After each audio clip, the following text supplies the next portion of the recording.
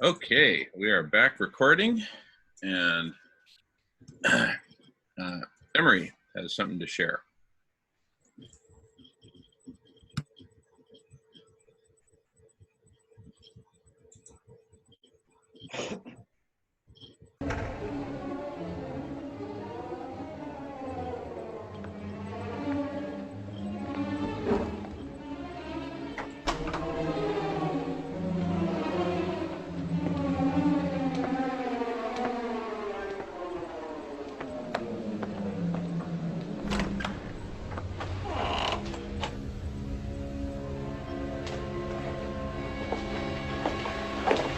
Mrs. Bates.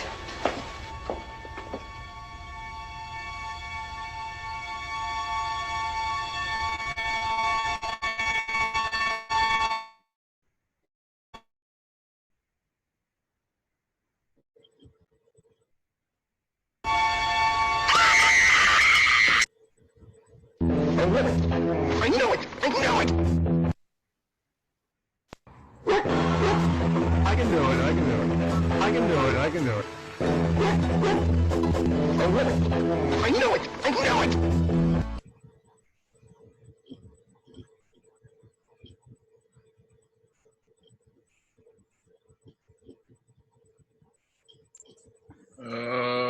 Emery, did you make that?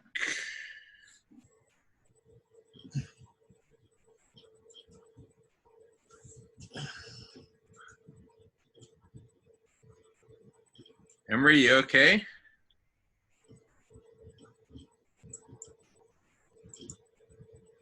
Emery?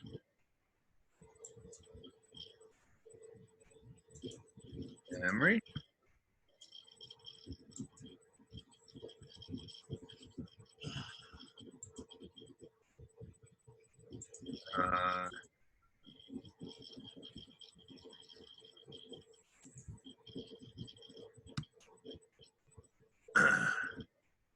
He's not muted. Emery, you okay there? Emery? Okay, now he's muted. Emery? I froze up there. I don't know. Am I off? No, we can hear you. We can hear you. Okay. Sorry about that. Pardon? Sorry about that. What did we think? Well, I think it got a little choppy there. Did you make it? Yeah, I made that video, but I don't know what happened. I got a little mixed up here with the buttons. So anyway, I think I'm in my sleep extinction here. Anyway. Emery, what do I have to look up to subscribe to you on YouTube?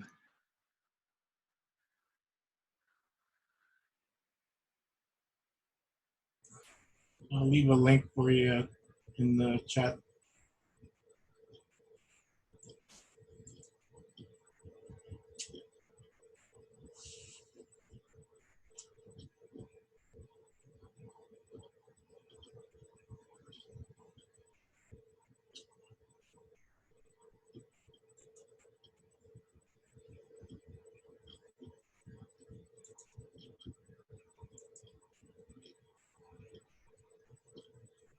My goodness. I'm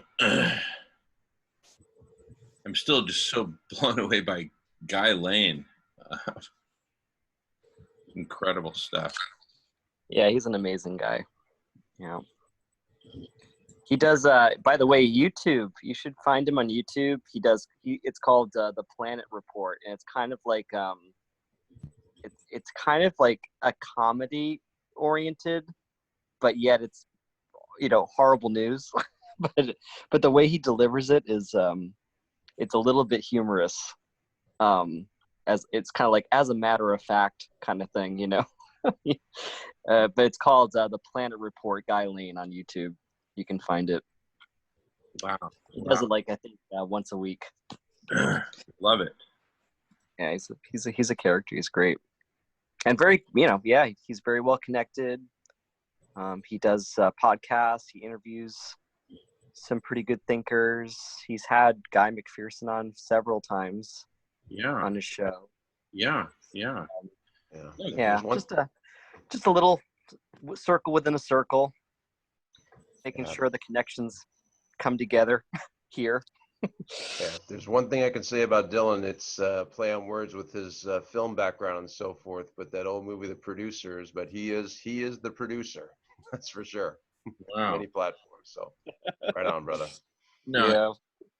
incredible. And I'm just so grateful because just look at the power of all of us.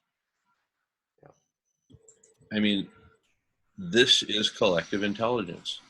Yeah. That's it. And it's such a great marriage of like what he's working on and what Ye's working on. And if we can merge those things together, even as a phased out thing, it's like maybe marine permaculture, you can like quickly deploy that in kilometers really quickly. Then we're also following up building the solar radiation mirrors.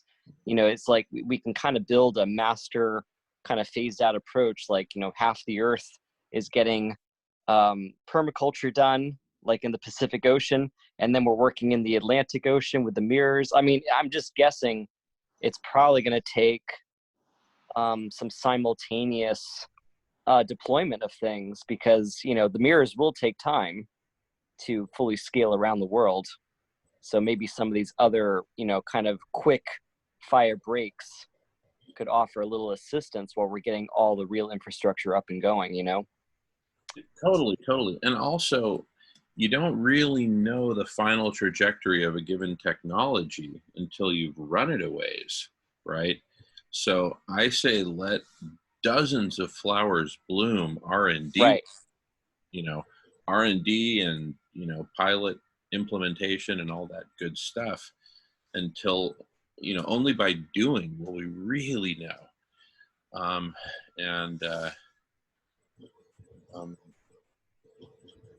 You know, there's just so much work to be done on so many fronts. It just begs for collective superintelligence to get the right people on the right problems, because any one of these projects is going to be hundreds of problems in sequence, right? Can you imagine if we have both the community of humans and the technology so that we can just tap, you know, 17 people to just swarm around this one bottleneck problem and then just blow it up. You know what I'm saying? Yeah, like a torus in a way, like that shape, a toroidal field. You know? Wait, the torus, that's the shape is... That's where the goes in like an what do you? Whoa, some of the examples I remember. Nolan. You fold in and Nolan, thank you. There you go. Sorry. You got me. Here, wait. Yeah, Like the one of the narrow toruses. But there's a beautiful sphere. There you go. Yeah, there you go. But that one, the rainbow one, exactly that as well. Yeah, no. Look at this. I like this visual because each individual is like a hexagon that also, Yeah. Yeah. you know, it kind of does its part. Yeah. Right. That's interesting. That's a good one. Yeah. And at any given moment, you know, you've got whatever, a couple dozen of those, you know, squeezing up through the bottleneck at once. And that's like, oh my goodness, no, it's kind of hard to put into words. Yeah. But you know. I have a really cool visual that I'm trying to share with you right now. Wow. No, but you see, that torus, that dynamic torus is like the ultimate extraction machine, or the ultimate compression machine. It's the ultimate synthesis machine. It's the ultimate, you know, get it done machine. And see, our technology, the collective superintelligence technology, will know the individuals in the community so well through pattern matching, right? And taxonomy mapping of knowledge, right? That they'll know who to place there, given that type of problem, right? In other words, given our experience with these types of problems in the past, It doesn't translate very well. yeah, no, the animation's not really working. But anyway, Are you familiar with the Thrive movement, the Thrive video? Thrive. Ever seen that? Thrive. What on earth will it take? It's a documentary back 2010, I think. It's done by kind of a family, an elitist family that kind of member that went rogue. I forget which one it's called. But anyway, he actually really heavily focused on the tourists in his whole documentary. That could lead to new power generators. It could lead to a more holistic economy model. It's also the basis of the vector equilibrium, which is one of the most stable shapes. If you ever heard that, vector equilibrium, that's a Buckminster Fuller term. But it's a very, very stable shape, and it was so eloquently put. But definitely, Nolan should put that on for you. There's a lot of good stuff. I mean, they definitely talk about some of the. There's definitely some gloomy parts in there, but maybe more on the conspiracy side. But it's very, very well put together. Incredible thought leaders, incredible just people that he collected and curated that just gave a great framework. Really tackling kind of the tapeworm economy model kind of that we're currently in. Talking all about the woes that we're facing in the culture. But yeah, his model for a sustainable planet or an ecological civilization that shape was very much heavily featured there. All right, looks like Nolan's got Oh, there you go, vector equilibrium. There we go. I love that thing. Oh, there's like 64 hexagrams in there. I mean, it's actually a blueprint for a lot of information. I mean, there's a lot in that. The I Ching was based on it. Oh my gosh. I mean, Buckminster Fuller found all this stuff and just kind of synthesized it, but that shape's been in our culture as a human species for a very long time. Thousands of years. Oddly enough. And it's in nature. It's everywhere. The torus is definitely a flux of. Oh, there's Tesla's model there, as well, 369. So, a lot of secrets in there, if we can unpack them. Totally. But man, you see how this collective superintelligence. First of all, it could have a shape like that for sure. Yeah. I mean, that's like the shape conversations take, in the sense that we each take turns, right? And as I'm speaking, you guys are all standing on the outside of that torus while I'm in the center of it. And then I'll pop out and Jamin goes in and he's at the center of it. That's right. Exactly. I was thinking more like, let's say you've got like a really hard problem that needs to be solved. Oh, sure. Like problem solution engine. A really tough one. And let's say that the AI, let's say that there's 100,000 people in the database at that point who are just like committed. They're just in of all these different areas of expertise and all that. And we have and there's just, it's like a big contra dance. We just have mixing, teams covering whatever. And it starts out each of us just using searching on transcripts to find each other. And then we start to kind of build out our own network of our go-to people, right? And so it's a combination of the social, who you know, and what you know, right? And the AI helps kind of sort it out. It basically looks for patterns and says, all right, if we want to solve a problem of this nature, say a mechanical nature versus an electrical nature, versus a psychological nature, versus a political nature, right? So depending on the nature of the problem, The AI will pattern match which combination of talents and even astrological chart spiritual stuff about people, right? Well, Tauruses work well with Gemini. Okay, great. Put Tauruses with Gemini, all right? Whatever. And it can even be problem specific. Tauruses are great with Gemini when it comes to the physical world, but the spiritual stuff, that's where it totally falls apart. That's where you need a Sagittarius and a Cancer, whatever. You know what I'm saying? Yeah. The AI, what it's good at is doing all that freaking pattern matching and pattern discovery, and then just applying it to putting together. Oh, Emery, hey, Emery's a Taurus. Well, I'm a Taurus too. So is my dad. Speaking of Tauri. Anyway. Aquarius. Aquarius. All right. Perfect. Perfect for this. Leo.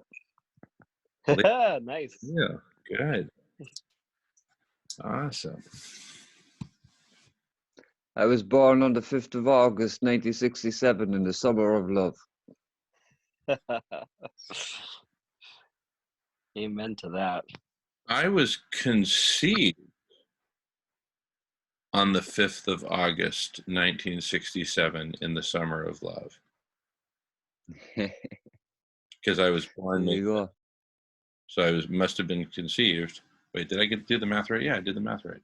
I was conceived on August 5th.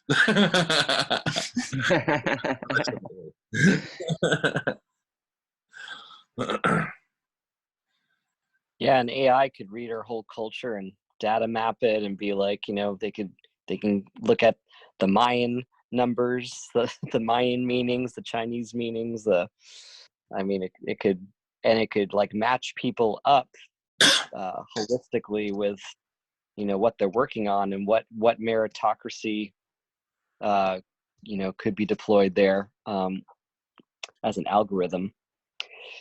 But think about it. So I was talking about a hard problem.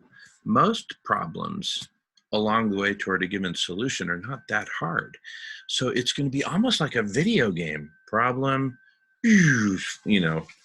5 or 7 people swarm around it and it's done. And then they disband. They go back into the alphabet soup, right?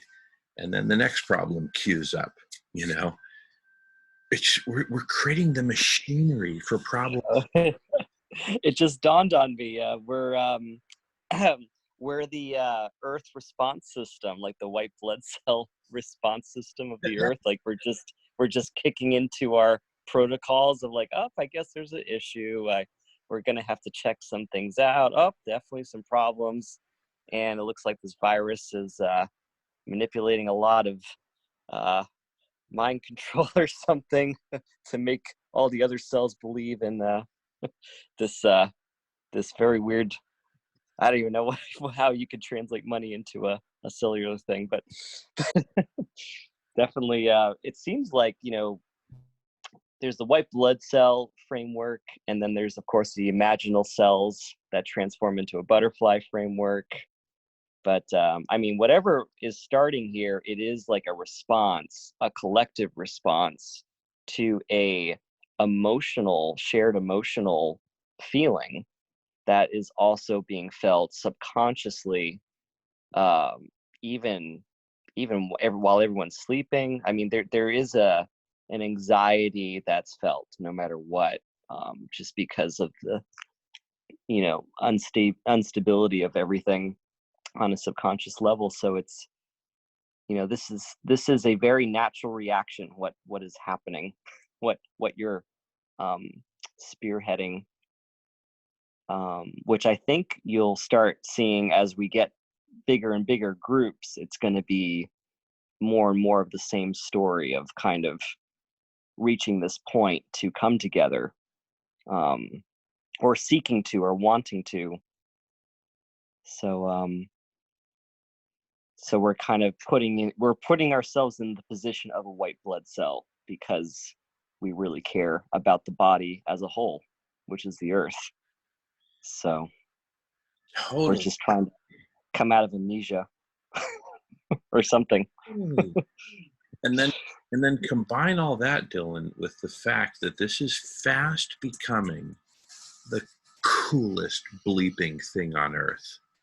I mean, what cooler thing to do on a frickin' Friday, Saturday than this? You ask James. What cooler thing?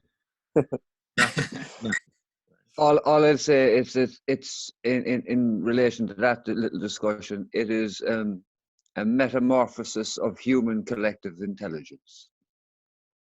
That's basically it. And it's metamorphosis, it's morphing now, like, you know what I mean? So Well, the thing is, this technology, this Zoom video conference, as simple as it seems, is this near light speed hyperconnectivity between all of our brains, creating, it's like that multi-vector thing, and we're like the center where all those vectors converge, right? Each of us is a vector. We all converge on a point. And the insanely exciting thing is we can do that in seconds, solve a problem, disband, and each of us is now a vector pointing into some other center, right? Which is another problem to be solved, right? And if the first group can't solve the problem within half an hour, and it's listening in, and it's basically it's listening for what's missing, and then it just keeps pumping in more people and pulling people out if necessary, right? Ejecting people, etc. The AI will do that with the help of people, because the people will be talking directly to the AI, saying, we need a molecular biologist, we need a molecular, well, the AI is going to go find, well, what kind? They might even have some back and forth, right? Well, you know what kind. You've been listening to the conversation, etc.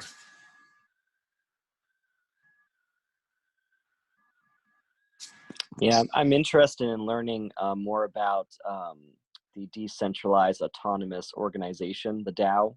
I'm a little still a little on the new side of that, but the concepts are incredible, and what I have learned about it, it's like it'll be interesting to see how that is harnessed for this cause. Well, it seems like they're kind of like legal and financial bots that use real money and enter into real contracts.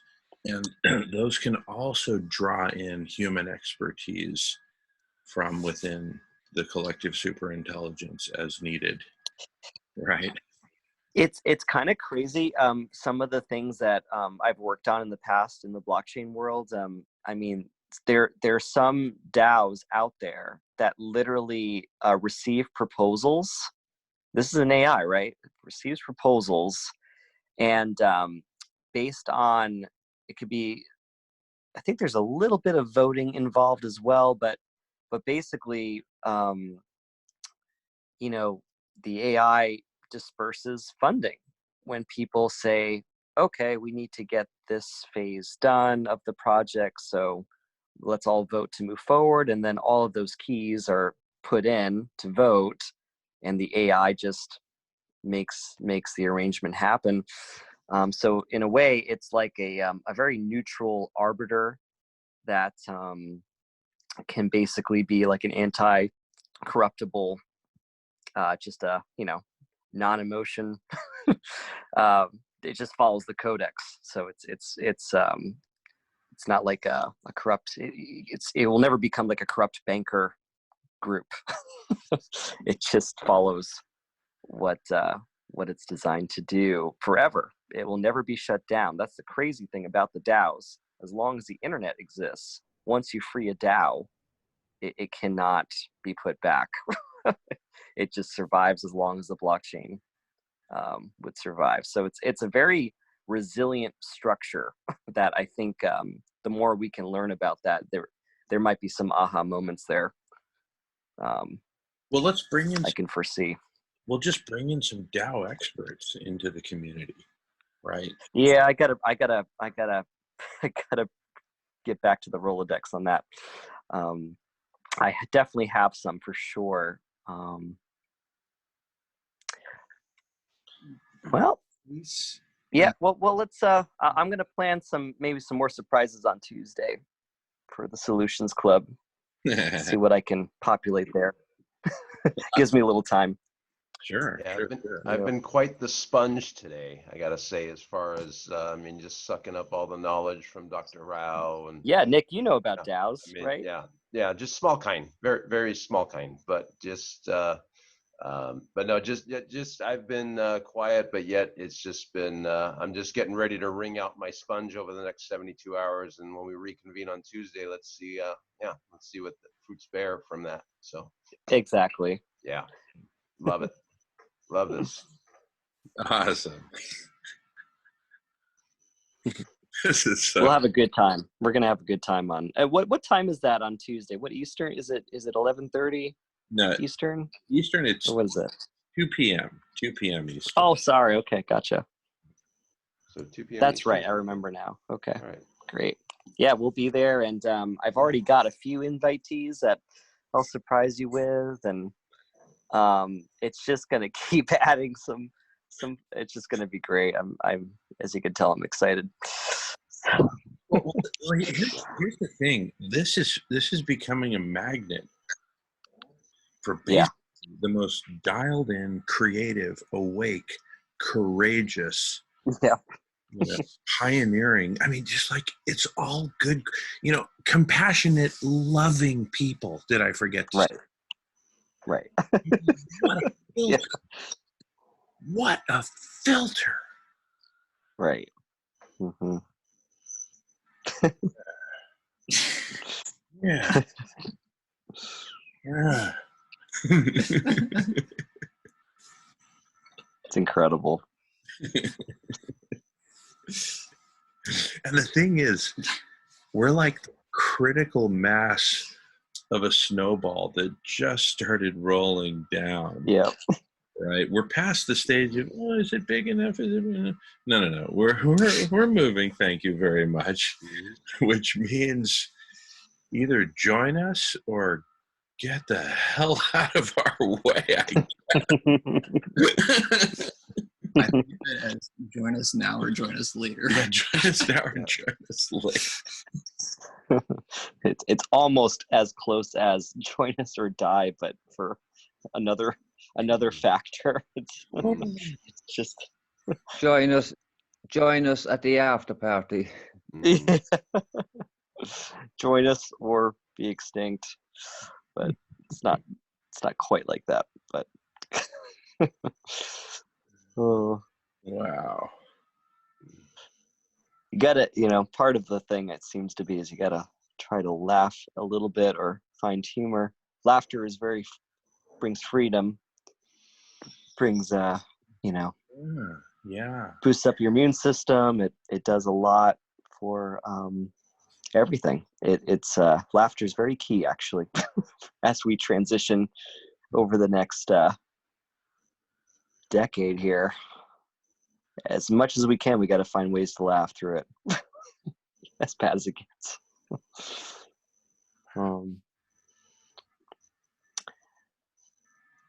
But it's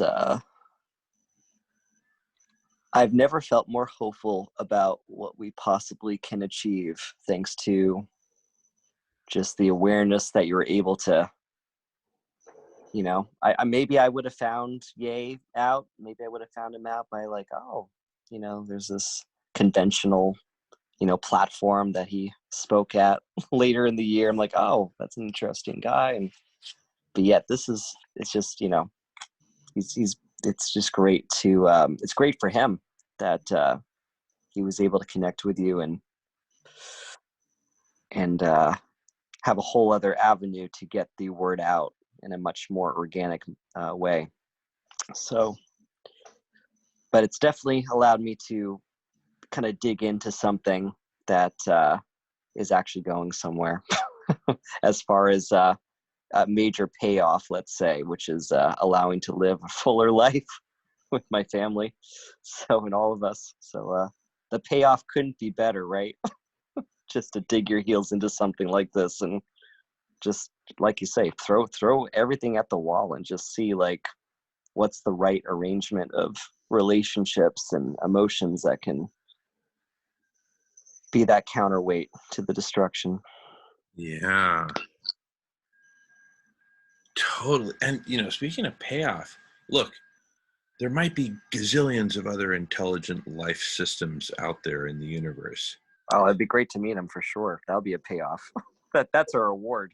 But Joining the galactic see, community. when collective superintelligence goes exponential, now we can create some like Turian wormholes and shit. And, anyway, but Totally. But on the other side, for all we know, we're the only intelligent life we know of in the whole universe. And if we get extinguished, it's like a major step back for the universe itself. So Right. the stakes could not be higher. We're born right as the cosmic filter is on the horizon. Exactly. Right there. Exactly, right there. Yeah. And then speaking of filters, the filters that's bringing us together. Yeah. It's like we're able to now see the fluidity in our communication is just like, wow, it's just becoming this Brazilian soccer dance or something, right? Mm-hmm.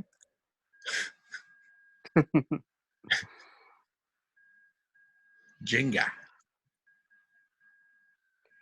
Indeed. Type 0 to Type 1 civilization in a decade.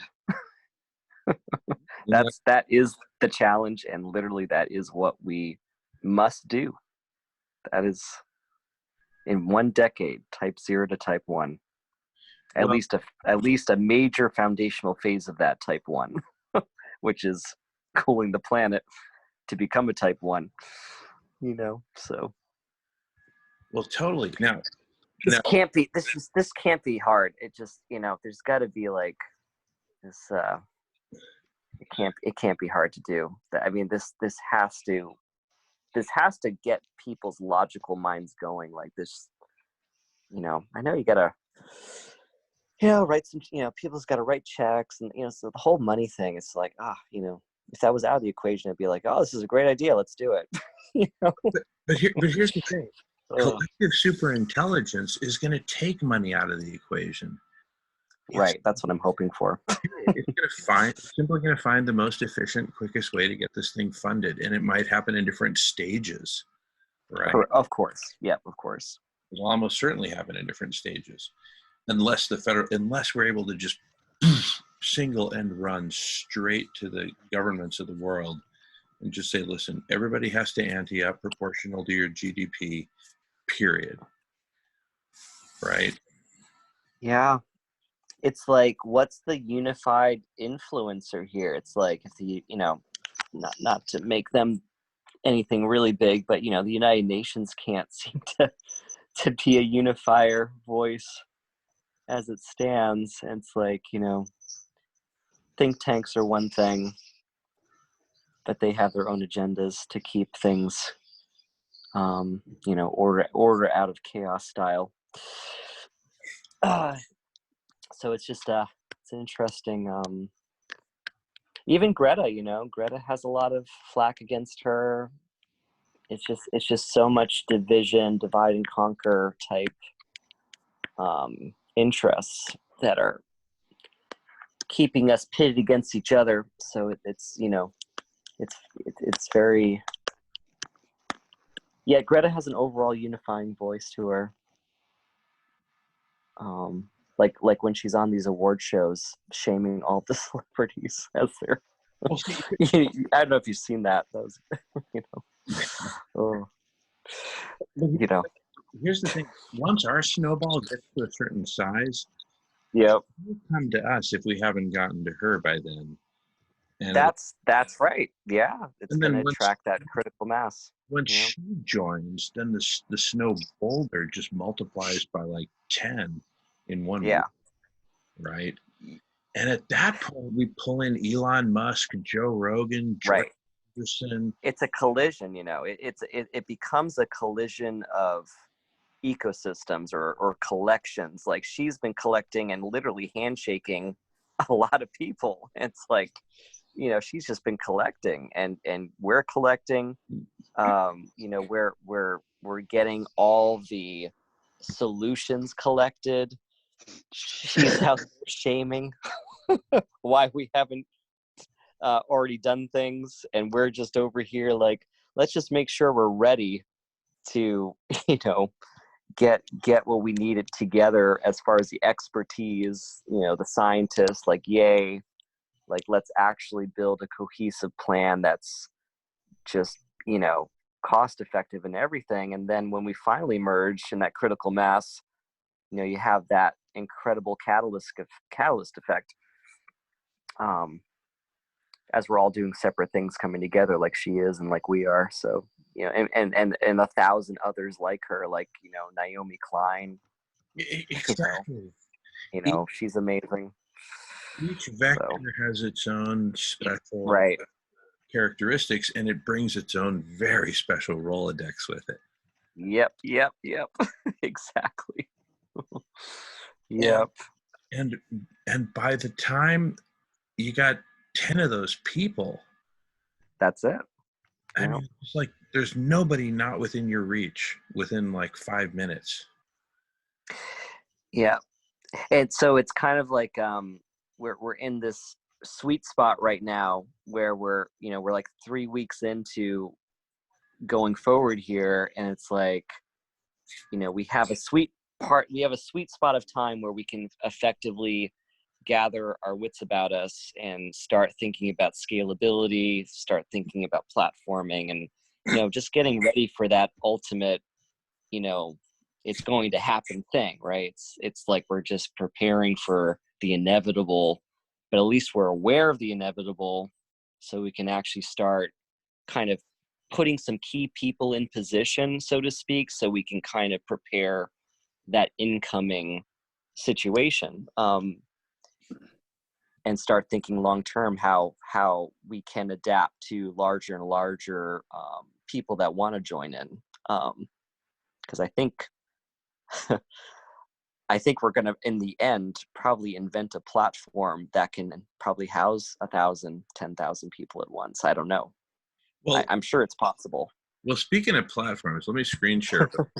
I think you've seen this. I'm not sure Nick has seen this, but it's the evolution of collective superintelligence. So just in real, cool. This blue box represents the platform for radical collective intelligence, which could be the software, could be software plus rules, plus culture, plus DAOs, plus whatever, right? But it's basically everything that you can have minus the people.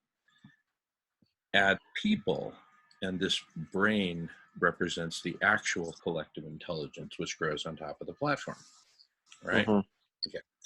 The more people who join, the greater the actual collective intelligence grows, and it keeps growing, and it keeps growing, and it keeps growing, and it never stops growing, but at some point its rate of growth is constrained by the platform, right? Kind of like a potted plant. The plant never stops growing, but it gets constrained at some point. Right. Long before that point, this now burgeoning collective intelligence will design and build, drumroll, the next generation of the platform, which will be able to support a much greater collective intelligence. It's so amazing you have this already. It's just ready to share. It solves that's great. Right. And at this point, that collective intelligence is kicking ass and taking names in the realm of SRM. Oh, and among other things, did I forget to mention, it will also design and build the next generation of the platform. Yeah, right. I mean, it's just, and The blob. Here's the thing. What the hell is going to constrain that exponential from just going? Right. Long live the blob. Welcome to the singularity. The blob. Yeah, right. It's just going to absorb everything in its path. And the thing is, listen, if it weren't for abrupt climate change and being on the edge of extinction, I would actually have serious reservations about launching this exploding blob. Yeah. But since we're at the edge of extinction, it's like, Why not? why we're throwing the long Why not? bomb. Everybody run to the end zone, and I'm just gonna close my eyes and just sling that shit. Yep. I'm about to get tackled by 5 dudes, and I just Yeah, right. All I bets just are broke off. my left ankle, right? And it's just like it's over. Go! Ah! You know. Yeah, that's it. Yep.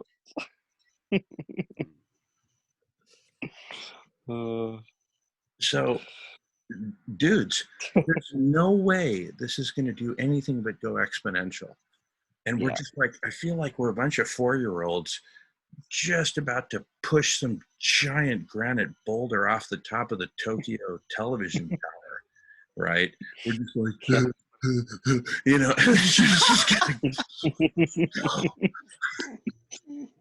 Yep.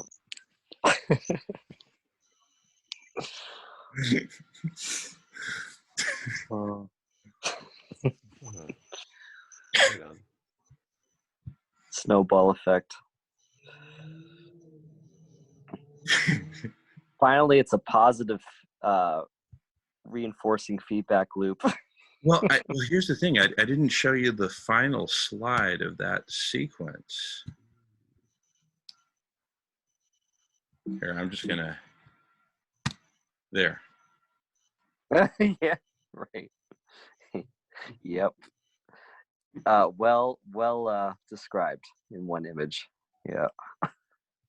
I mean, we're gonna run that. Still gonna be a collision, but Well, hopefully seatbelts will be in place. No, but the thing is, we went from being tied up in the middle of the highway and this black car was just barreling down on us to being in this James Bond mobile that like uses AI to psych out the black car and runs it off the road. Mhm. So smart that it actually reverses time to before we crash. That's right. Yeah, I forgot to mention that. Oh, that is a very key point. Yeah. You are here. You are here.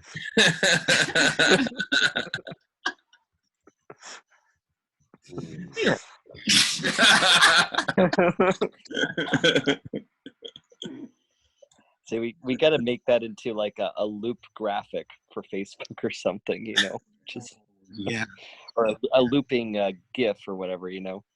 totally. That'd be great.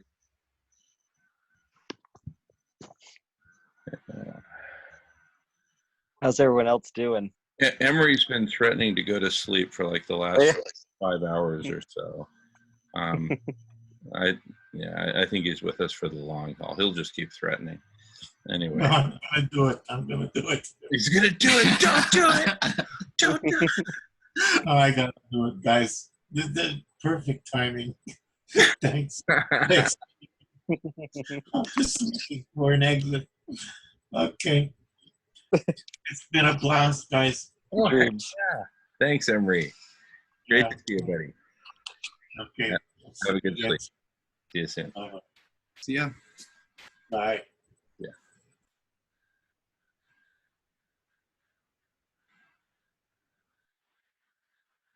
Oh my goodness.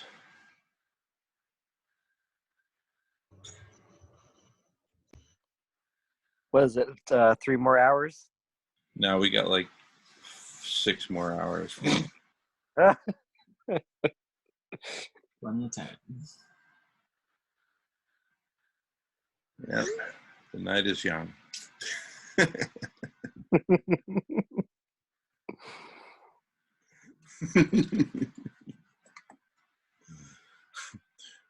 Work's what's kept us happy, right, Nolan?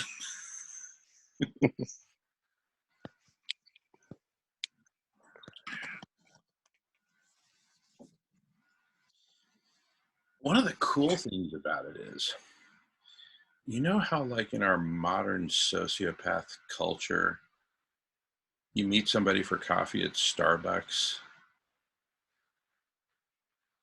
And if you're lucky, you get an hour and a half with them. And then somebody's always got to go, whether it's you or the other person, but somebody always has to go, right? Especially in the city. That's the cool thing about committing to 24 hours. We ain't going nowhere.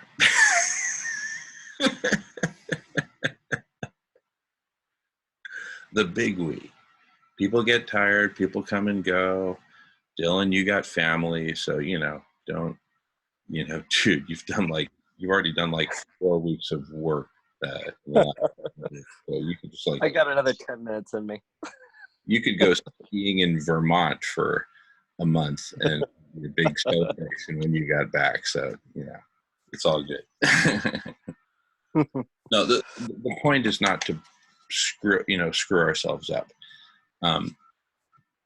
Nolan and I, this is our job. We, somebody's got to do it, so we're just freaking doing it, right?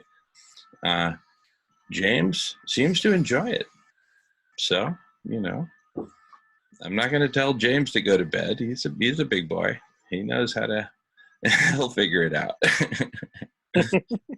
Oh, well, I mean, like I said, or like you said, I'm enjoying it, but like I'm not getting entertainment in the sense of light entertainment. It's entertainment and food for thought. So that's why I'm enjoying it, and that's why I'm riveted, and why I'm sticking with it all the time. Because obviously, during your Spanish time there, I know I took a bit of a break and everything, and I'm having something to eat in between my time and the breaks. Yeah, I mean, obviously, once I'd imagine now from next week, I'll look at the schedule and I'll see where I'll tune in, and and I'll get my sleep and everything else. But I'm just in the habit of staying up late a lot anyway, so an extra few hours won't kill me. I hope anyway. Well, Very cool. Well, you know what? This is like the ultimate multiplayer video game. The stakes are an entire planet. Oh, and it's actually real. It's really happening. And you play by engaging in these amazing conversations with these amazing people. Hello? It's way worth it than being isolated in fear. That's for sure. Oh, my goodness. Well, here's the thing. If you're not doing something proactive, then you're just like in hell or something. Whether you feel it or not, that's a different story. But you're in a form of hell if you're not doing something really proactive about this mess.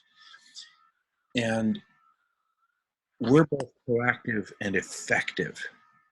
And we know we're effective. We know where this is going. To the extent that we can know anything. We know this is going somewhere incredible. So it's like we just went from being afraid and depressed and suicidal to being on top of the world, a world that gets to live. Because we're going to do this. There's no way we're not going to do this.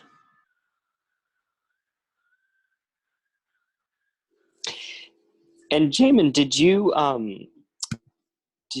like those first earlier YouTube streams where I think you had your first kind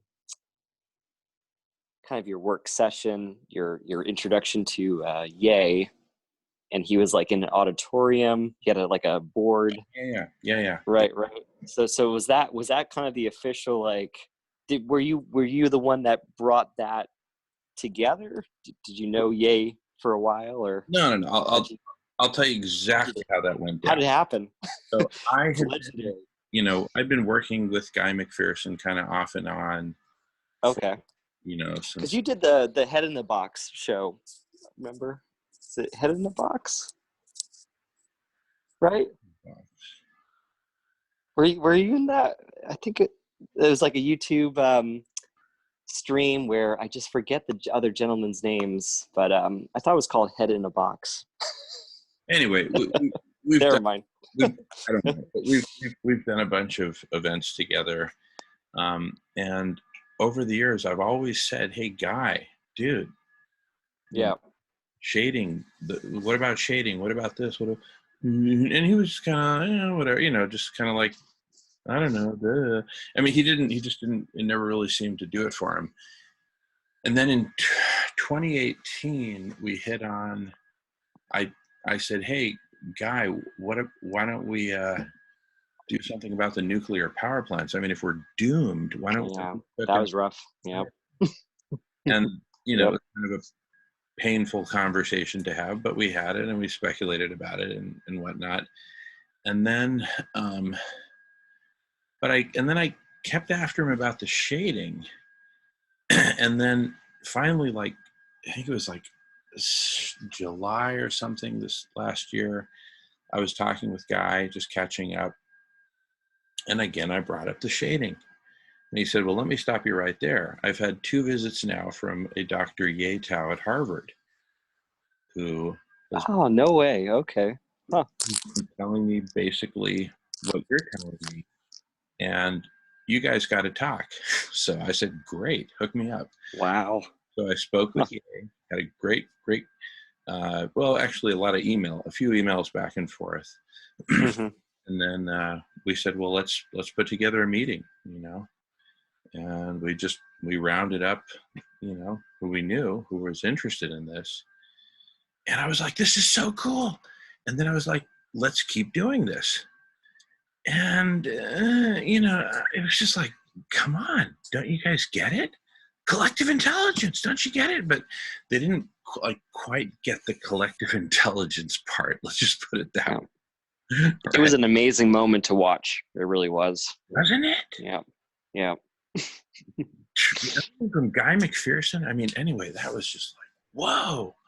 So, Because like it was also the wonderful thing where it's like Guy was finally getting like a word in, or like he was able to get respect enough to be involved in like let's really tackle this supposed paradox that you're talking about everywhere. And it's like finally like Ye's willing to work it out instead of just call them names or whatever they do out there. It's like, thank you for just hearing the poor guy out who's like ringing the bell. It's it was just very uplifting. Because like because everything else out there, as far as I'm concerned, it's just not worth the time. It's just like, this is not worth the time and energy that you think it is, when this whole other thing that you don't know about is happening over here.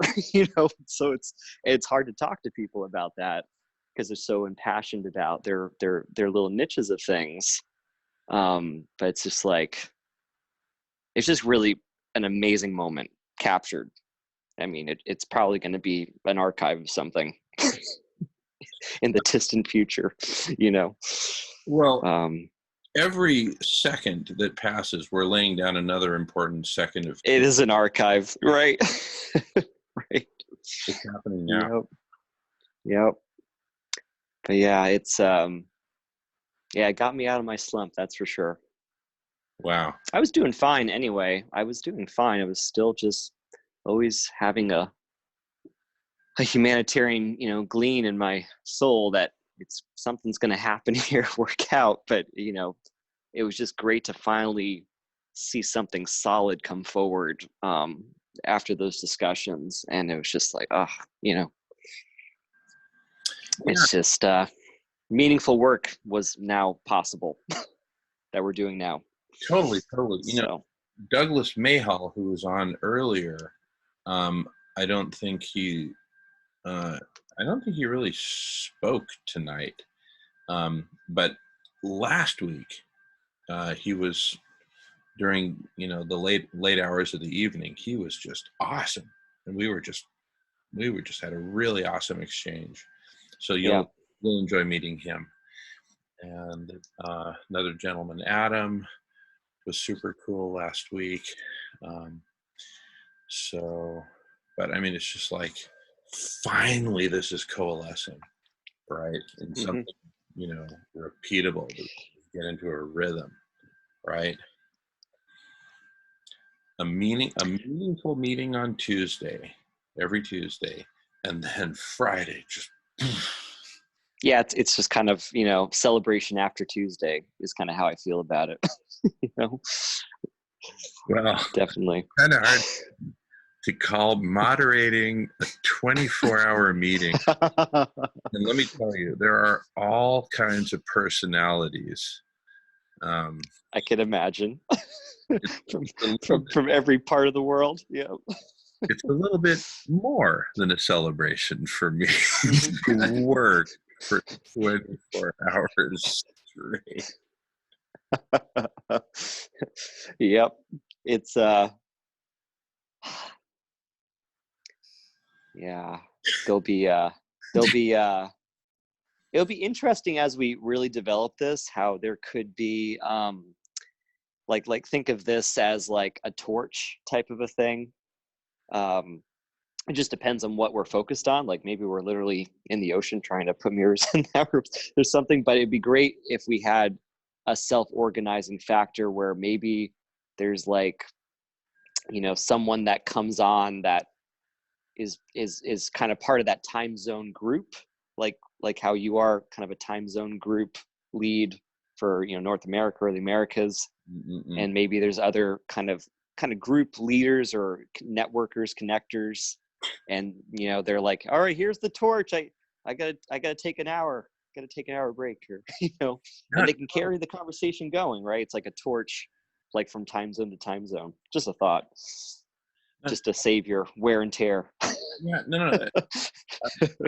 Every Friday for 100 years.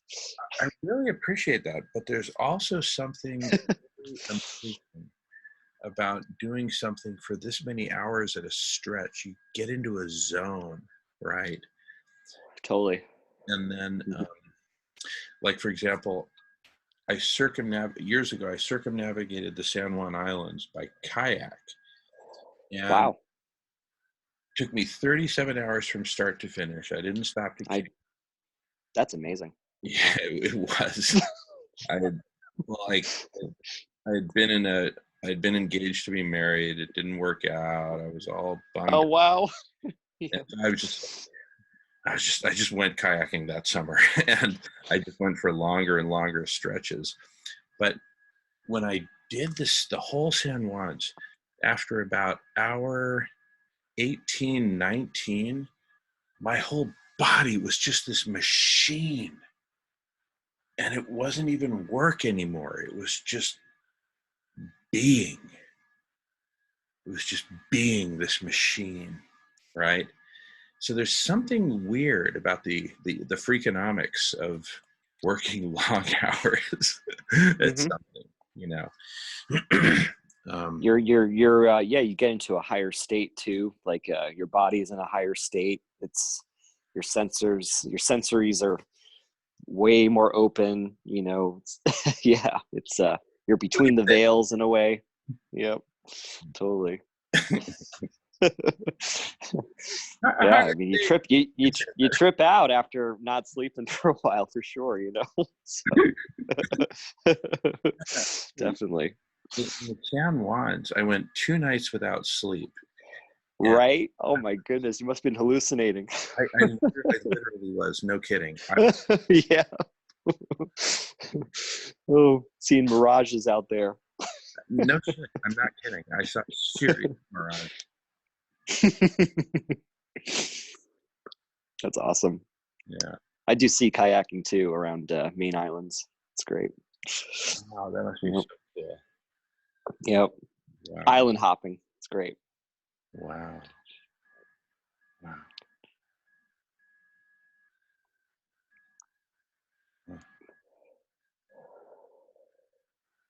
Did you feel kind of more in your personal life, did you feel you were, when you went to, you know, Microsoft, for instance, did you feel like you were adding something maybe to that company where you're like, maybe we can finally use this company to do some real changes with the amount of wealth it had? You know, you're, as a strategist, you're like, oh, what a great position. I could maybe convince my boss to really start doing some stuff, right? But, you know, wasn't the case, obviously, but that's probably what you were thinking, right?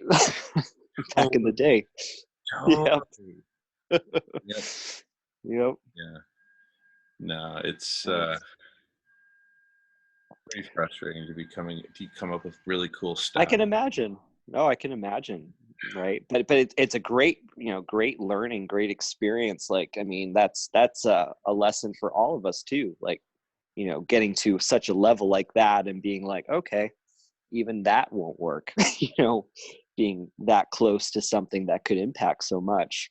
Yeah. They're just kind of set in their agendas. Right. Yeah.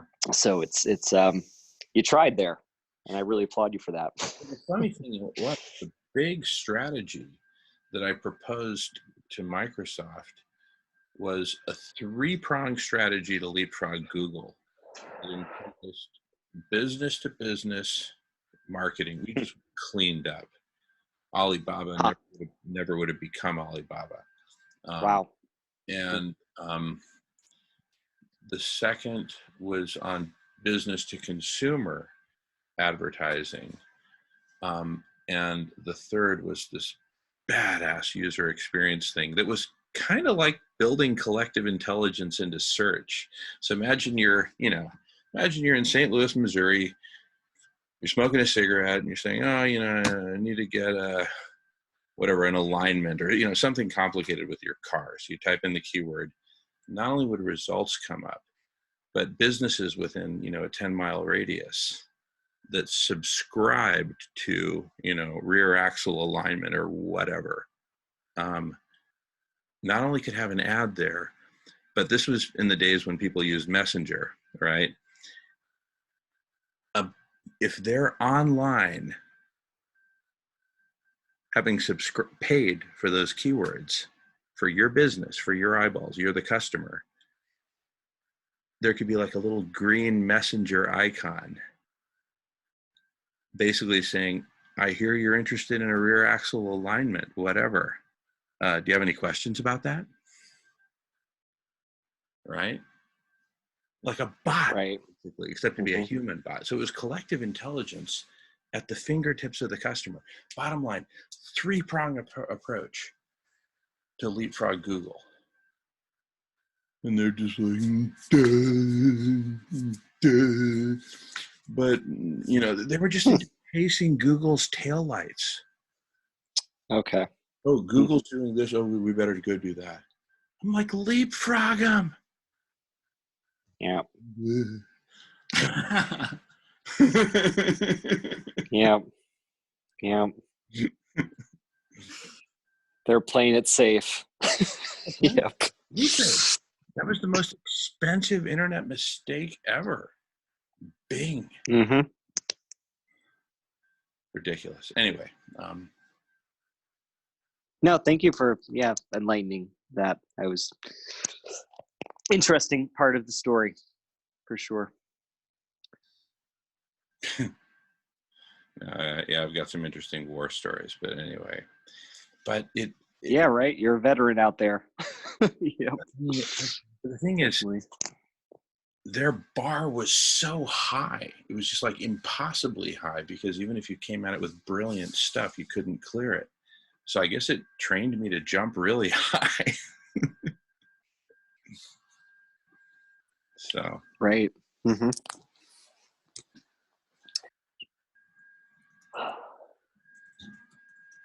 Well, it's an amazing, just a great transition into this paradigm. Bringing all that skill set that you have into this. It's just great. It helps stabilizes a lot. It helps ground everything.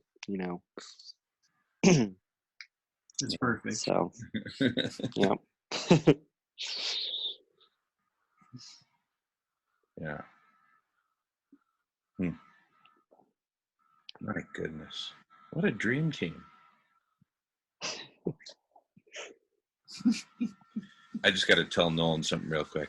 I told you so. Because the thing is, I've been at this exponential for like years, literally years, where it was just like full time for like the first 3 years. Mm-hmm. So then I could really detect it when it started to bump up. Mm-hmm. Even though to the untrained eye, it looked like nothing. Right? I'm like, I get it. We're getting near. We're getting near. And here we are. Right.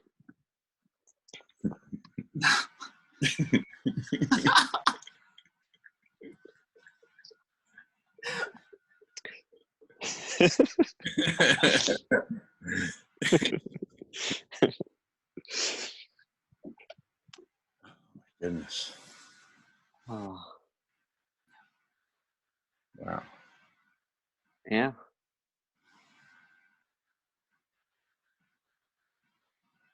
Wow. And Yeah, and you know, and in the way that you're focusing everything with this kind of purpose in mind, it's you know, I think that's really getting it more into a higher gear of mode. You know, it's like, all right, we have something, we found something, we just got to do this one thing. Let's, you know, it's just a great unifying focus point that you know, helps everyone ground into it and kind of frames everything of like, okay, here's the focus. How can I contribute to this? You know, it's self-evident that it has to happen, you know, critical thinking wise. But yeah, it's just, you know,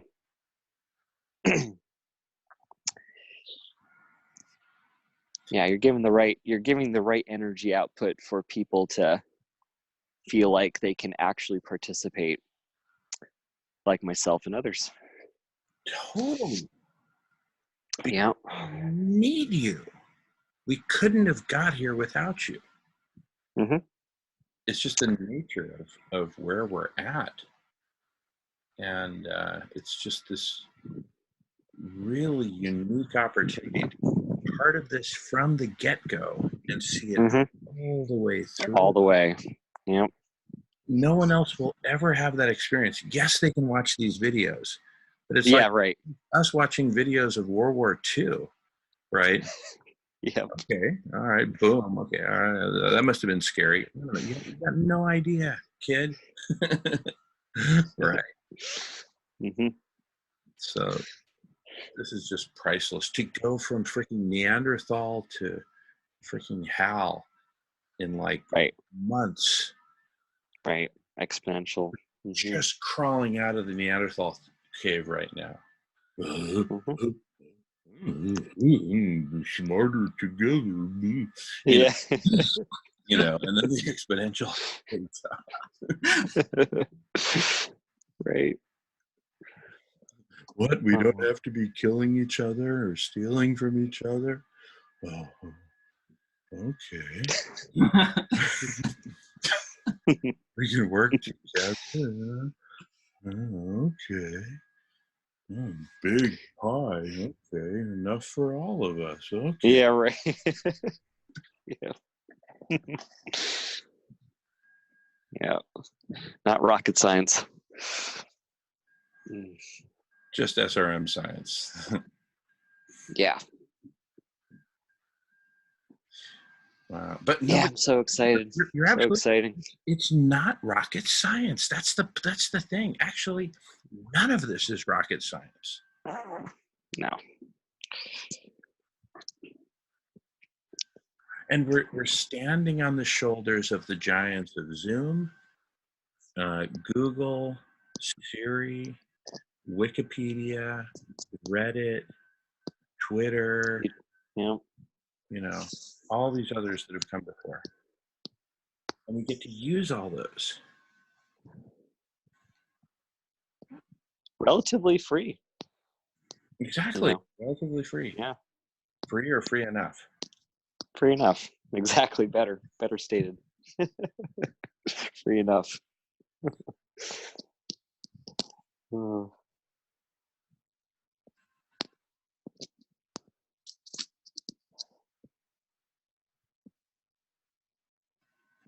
Wow. Just taking it in. Yeah, exactly. Seriously. Because I've been at this like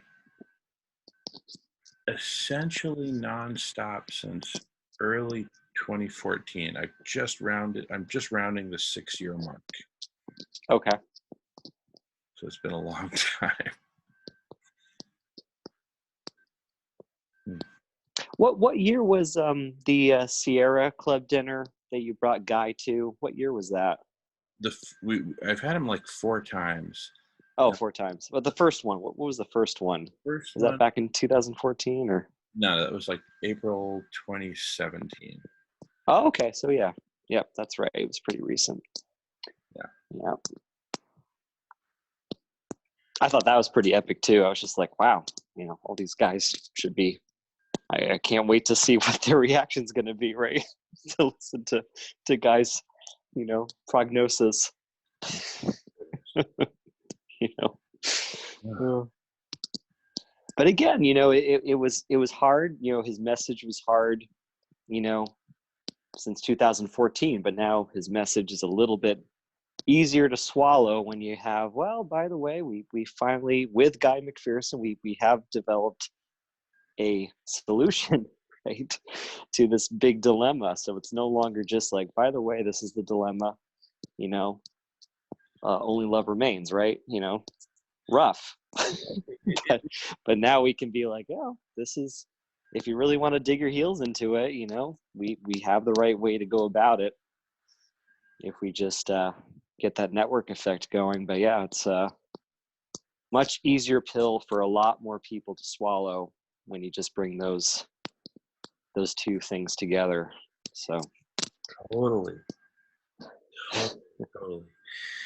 And look, as we grow, more people, better platform, more fun, better features, we keep lowering the bar for people to jump in.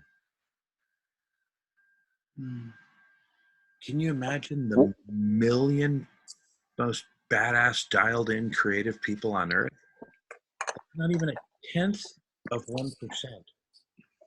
That's like 100th of 1%, approximately. What's your thought on VR, meetups? What's your thought? It'll definitely add value, but let's face it, we're doing pretty badass just like this. Right? Oh, totally. I just didn't know if I didn't know what the scalability of that even was. Well, between AR and VR, Yeah. AR make it super cool because we'll just be in some three-dimensional space. Oh, right. Yep. And by then, the Dylan Howard bot will know Dylan so well that Dylan will say, that video that, oh, this one? Right? Yeah, right. Because it'll pull it out of the context and the tonality in your voice. Right. Yep. Yeah. Absolutely. Because it's like as if we're going to need that added functionality. It's going to be overkill upon overkill upon. It will be. Oh, absolutely. Overkill. Yep.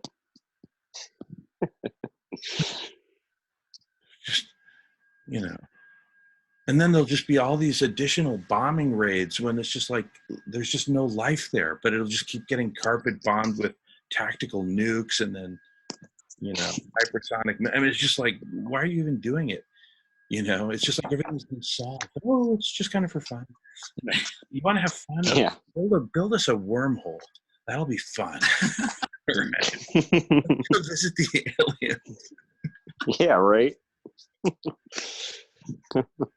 Yeah, start colonizing the solar system. Hell yeah! What else are you gonna do? Right. There's so much resources just in our home system. It's amazing. I mean, there's plenty of water, minerals. It's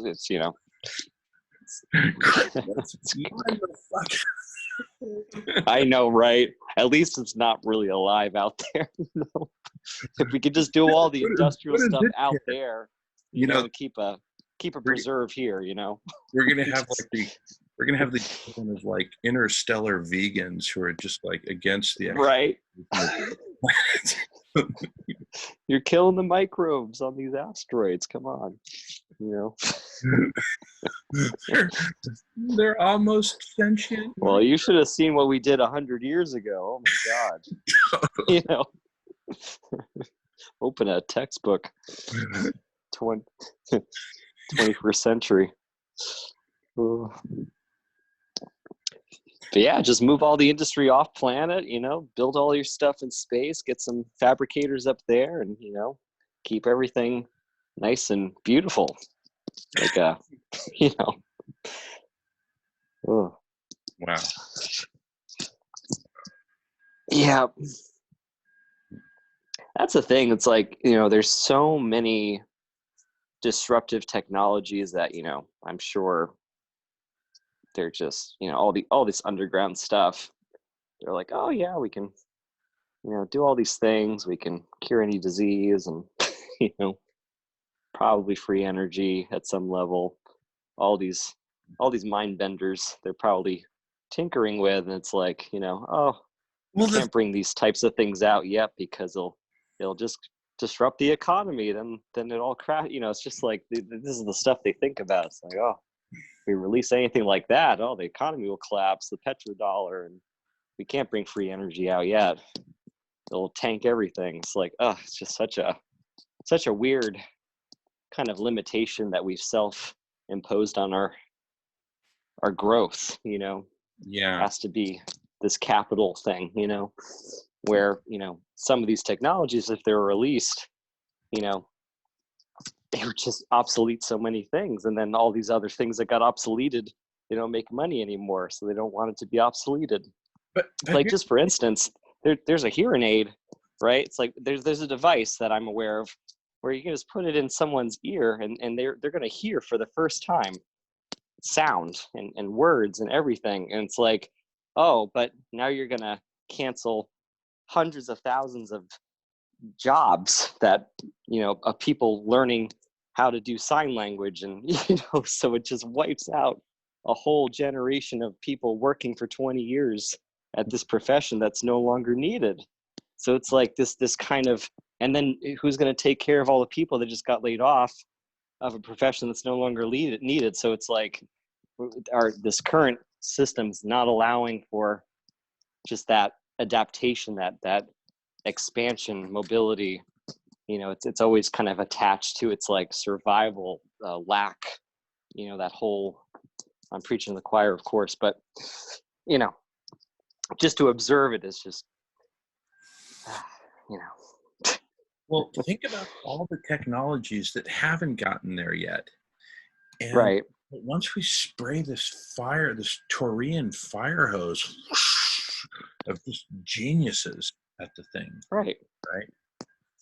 Like, when do these black suits show up? It's like, oh, you're doing too much good stuff. You gotta cut back. Like, who's showing up? Like, because like, why hasn't it? I always ask the questions like, why hasn't it happened? Like, why?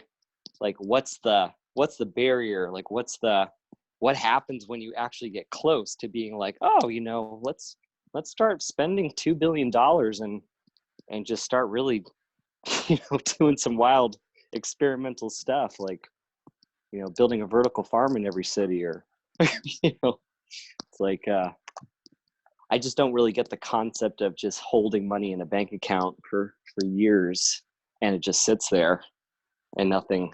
I just don't really understand the concept of not utilizing what's been given. It does get you. The banks end up loaning. The banks utilize it, right?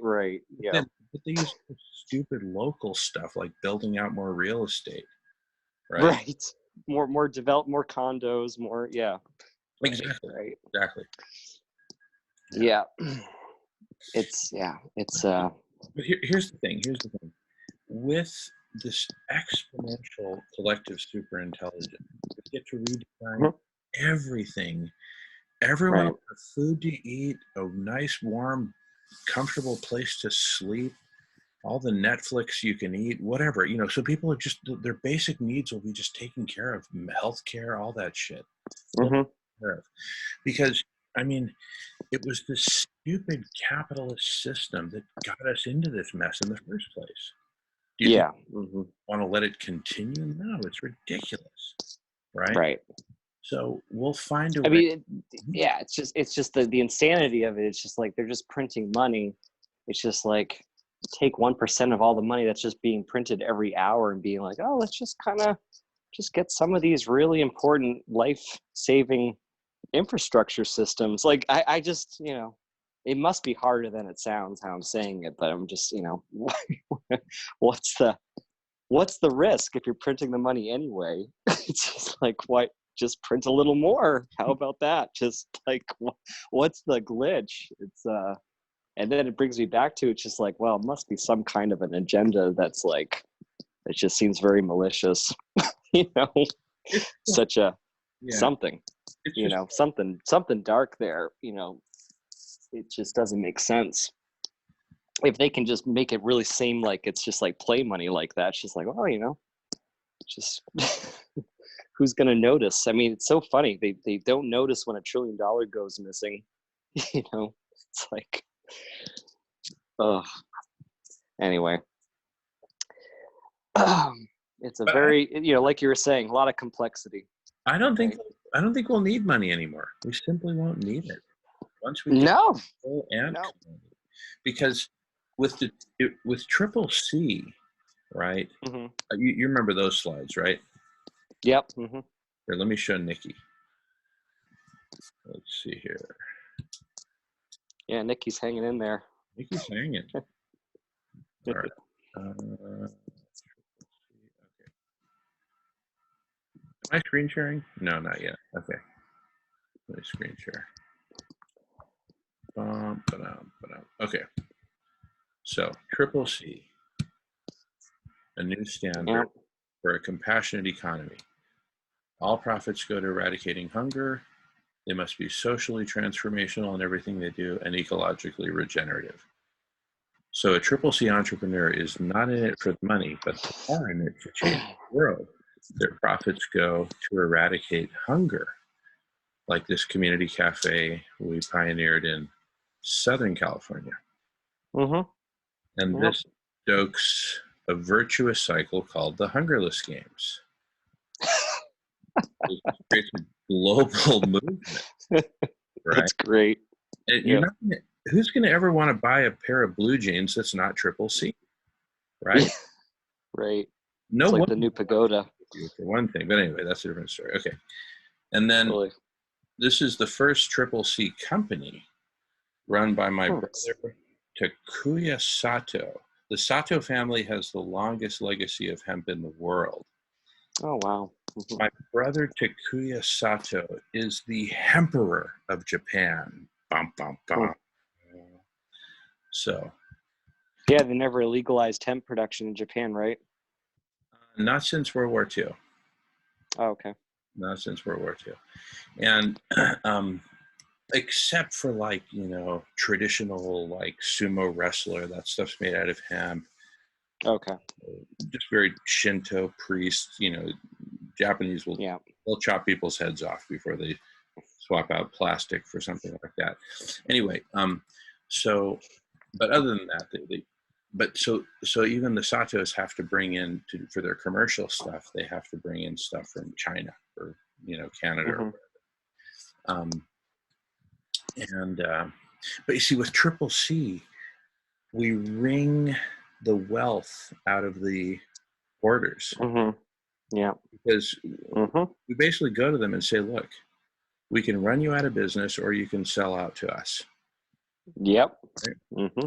So we take over the global economy with Triple C. Once it's Triple C, it's basically part of the commons. It's part of this intelligent commons. Mm-hmm. Yeah. So this is how collective intelligence take over. That's great. I mean, that's one possible pathway. Right. No, it's a wonderful one. I love the logo, by the way. It's great. Isn't it just so tight? Yeah. Good job.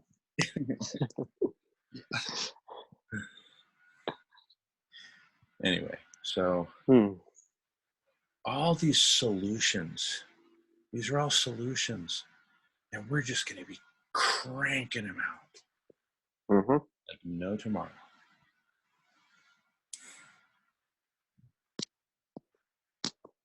But cooling the planet is going to be such a coup politically, right?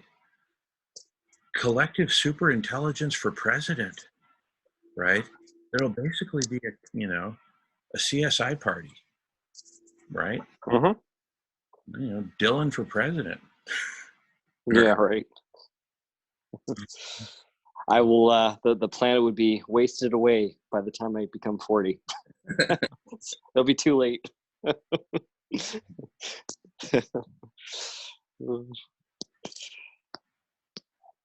Yeah. What you? I mean, maybe Bernie can do something. Who knows? My best Still a round. lot of barriers. I'm still a lot of barriers unless he does executive orders. Well, here's my for- prediction. Collective superintelligence is going to pick the candidate. Yeah. Well, direct democracy, right? That'd be huge. We're somewhere in the knee of the exponential right now. I don't care if we're early, Mhm. knee, but we're knee. So Yeah. we're not far from the singularity. And the singularity is not going to stand for a bunch of BS in the White House. No. Right. I mean, it's kind of crazy that we're not utilizing this technology where, you could literally, the whole country could be voting on the blockchain. There's no way that there's any voting disruptions. It's like, okay, every vote's cast on the blockchain. It's there. It's public. You'd have to hack 1,000 million computers to change it, Russia or not. It's like, God, it's like, again, it seems like common sense to me, and they, how are people not coming to these same conclusions, right? At these other spectrums of all these different industries, it's like, no brainer. But again, it seems to be that there is some kind of that agenda to keep whatever's going, or divide and conquer agenda. So it's, it's definitely, logic is out the window. Yeah. But, all these greedy powers that be, wait till they square off in a game of chess against collective superintelligence. Mm-hmm. Forget it. Just game over. Yeah. And, and like the beautiful thing about what we talked about earlier, the model we're showing with SRM is like, hey, good news is we actually don't want you to stop flying around. Keep flying around. We actually want you to fly around. So we want you to fly around for 10 more years, or maybe 20 years. And as long as you're flying, maybe 10% of that plane ticket you bought is going towards SRM. So just they could deal with the airlines. Just fly Triple C Airlines. I know, right? Triple C. That's right. They're Triple C because profits are going towards remediation. So it's great. I just thought of a slogan for Triple C Air. Why? Yeah. Right. Yep.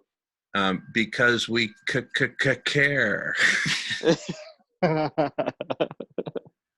Yeah. We'll just put a draft on it, and then we'll show images of community cafes. Right. We'll just we'll buy up all the other Boeing 737s from Southwest and all the other airlines we put out of business. Well, just so there's I'm aware of certain technologies from literally one of my mentors, and they're developing literally saltwater powered jets that could travel from, New York to Australia in like an hour and a half, Mach 5, Mach 6. Yeah, this is very underground stuff. I've literally seen these designs, and they could literally put on like 2 18-wheelers on the jet.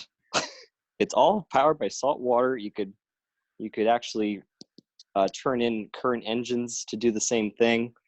But it's, if you're running out of saltwater fuel, you just, fly low over the ocean, put some hoses out, just like how firefighting airplanes do it, and they suck the water in the jet, and then you keep going, and you're around the world, and because they go up to 300,000 feet, right? So there's less friction. So you're able to get to these crazy destinations, totally zero free emissions. And it's just like, how many planes are just sitting there, just not doing anything because of just a little bit of a maintenance issue? And you could buy tons of these planes, create your own airline, totally net zero. I mean, sorry, fossil fuel free, whatever.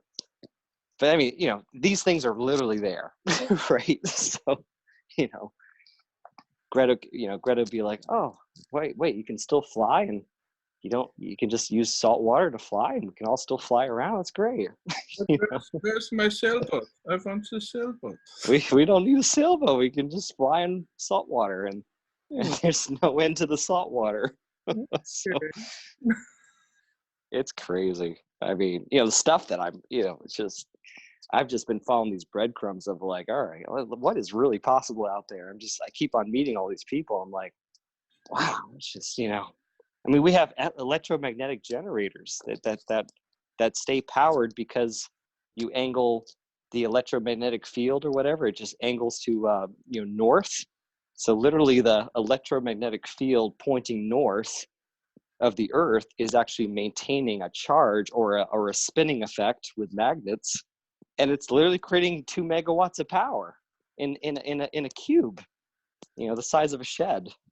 So it's like, and I know the inventor. I work with the inventor every day, and it's like, you just hook these up to power stations in a decentralized power grid, you know, the substations, and you literally could keep the power on even during the EMP.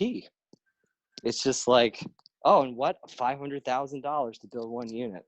And it's like they still haven't found one person to take a risk and just build one. Like, it's just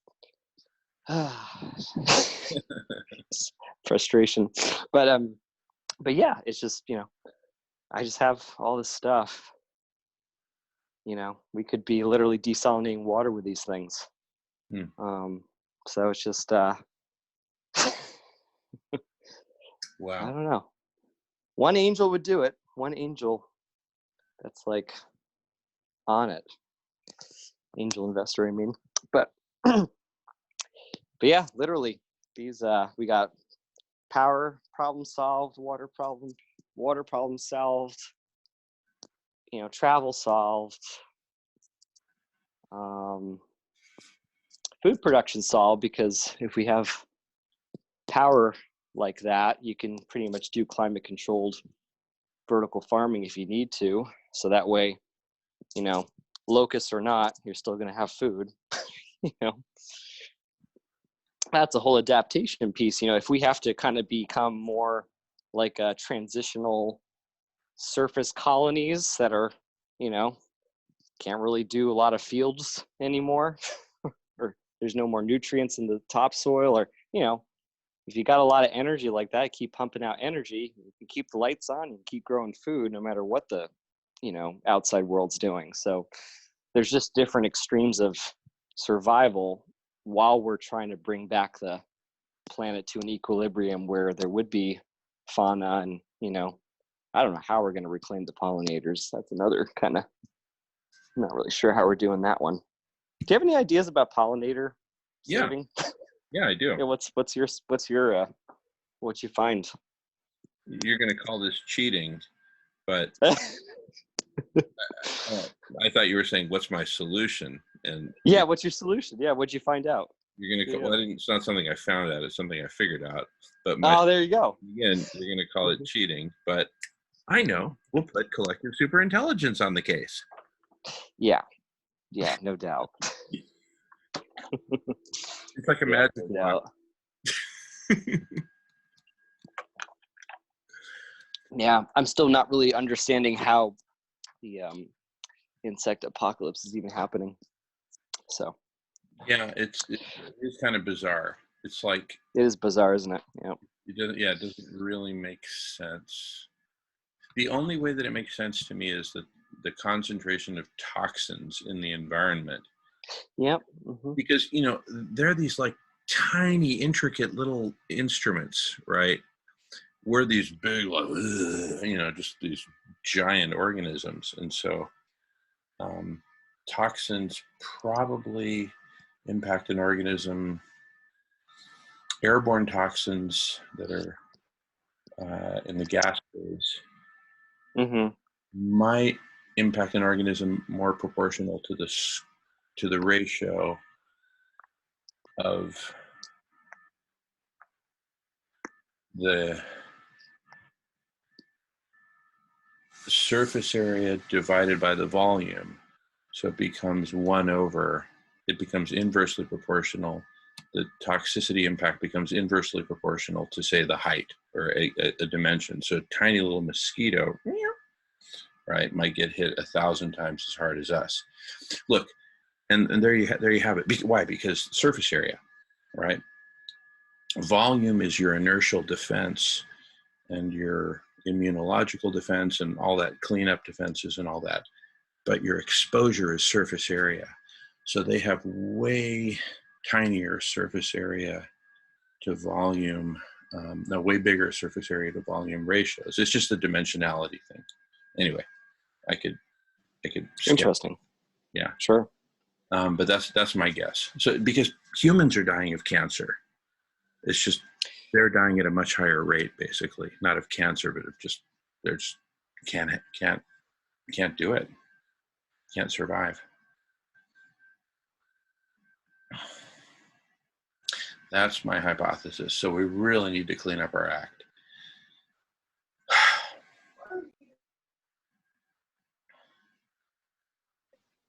Yeah, it could be almost like a virus for the insects or something. Yeah, it'd be like us trying to, I don't know, jump into a swimming pool of rubbing alcohol and swim a couple laps. You know, just can't take it. Mm-hmm. The other weird flip side of it too is because of the heating effect, right? So it seems like things like ticks and other bugs are actually coming out early and then getting killed again from the fluctuating ricochet of the temperature, winter or spring. So it's interesting. You're getting kind of extremes of, bugs are coming out too early in some cases. And then you wipe out a whole generation because they came out too early and another frost comes, right? So that could be also part of it. I don't know. Well, my feeling is that's a lesser effect, than the toxic. Yeah. Oh, of course. Mm-hmm. Yeah.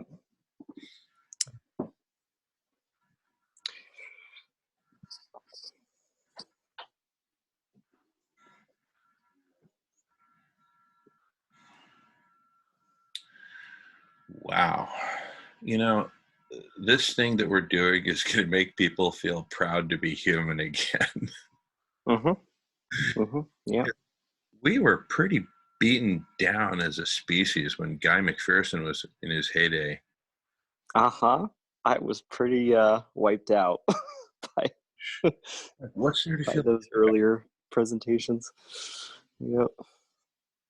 2013 was the sweet spot for that. 2012. I think he started talking 2009. I think that's when he started coming out with it. Yeah. Grateful to him. Really am grateful. Well, he's done, did a lot. He did a lot to wake people up, kind of shake them, Totally lit fires under all of our asses. Right. Totally. That's why we're here today. It got these conversations started. Yeah. So it's quite something. He actually brought all of us together as well. Yeah. Yep. You gotta get him back. Probably even catalyzed the Extinction Rebellion. I don't really know, but I think he was following him. Right. Right. Crazy, right? He's launched so much shit. Yeah. Oh my goodness. It's just crazy. It gets death threats and stuff. I just can't believe that sometimes. Wow. Anyway. Interesting.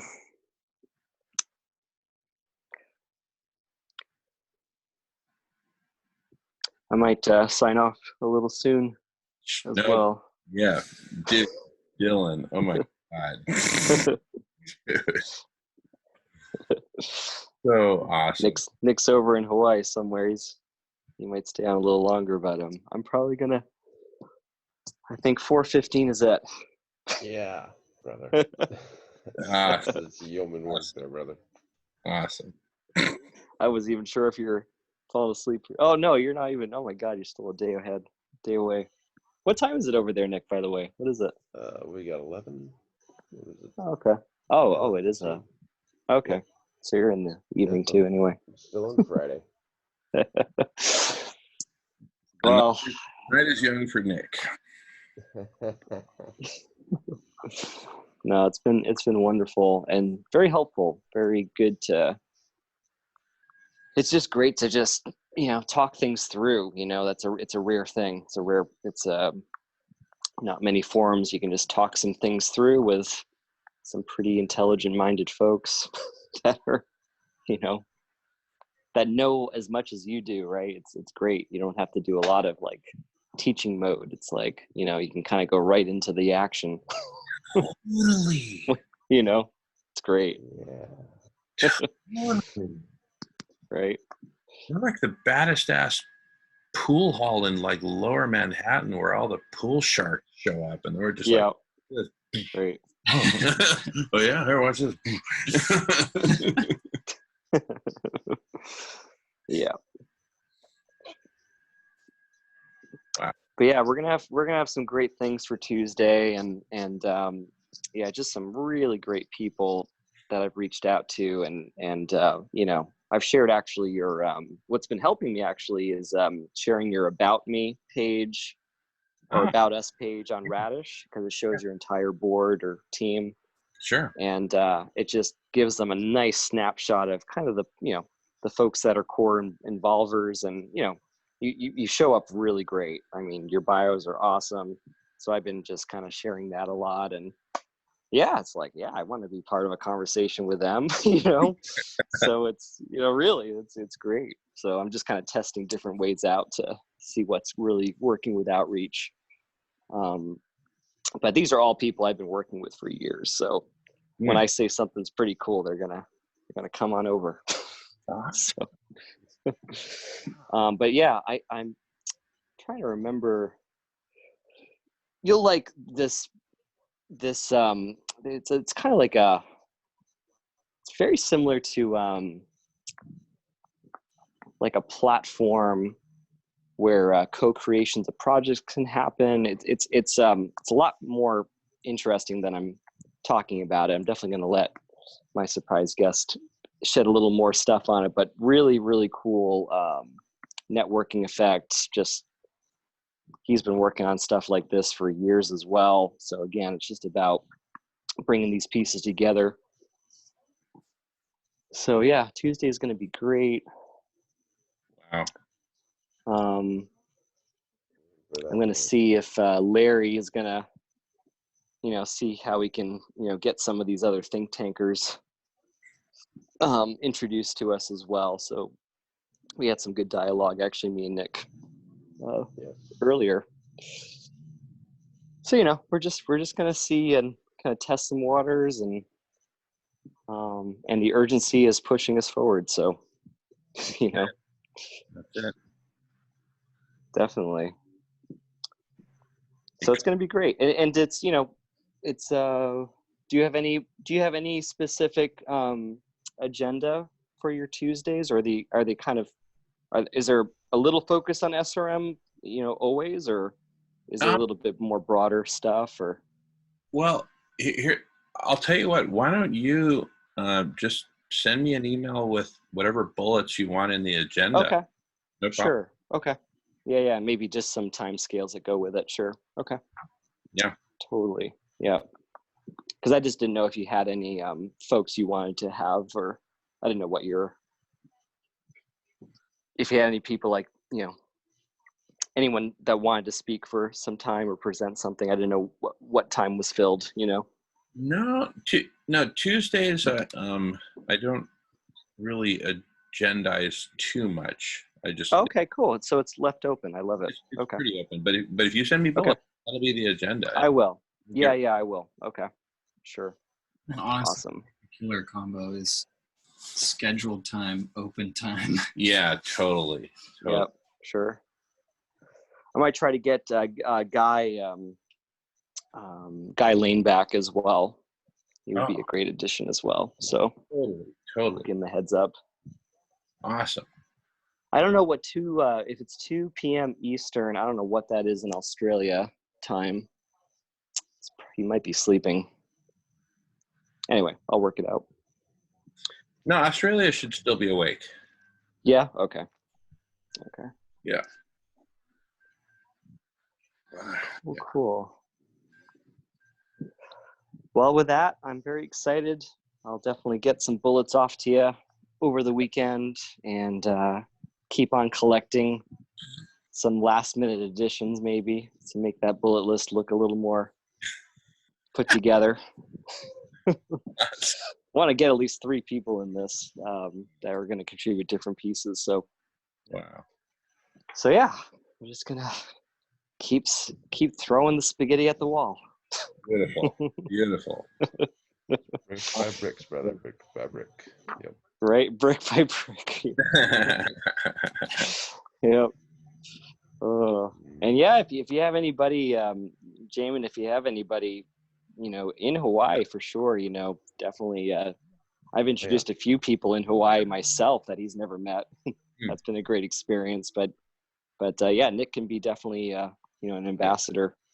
Beautiful. Whichever is there a need for one there. Yeah, and I'm an ambassador here. I can go be yay for you. I can do a little filmmaking.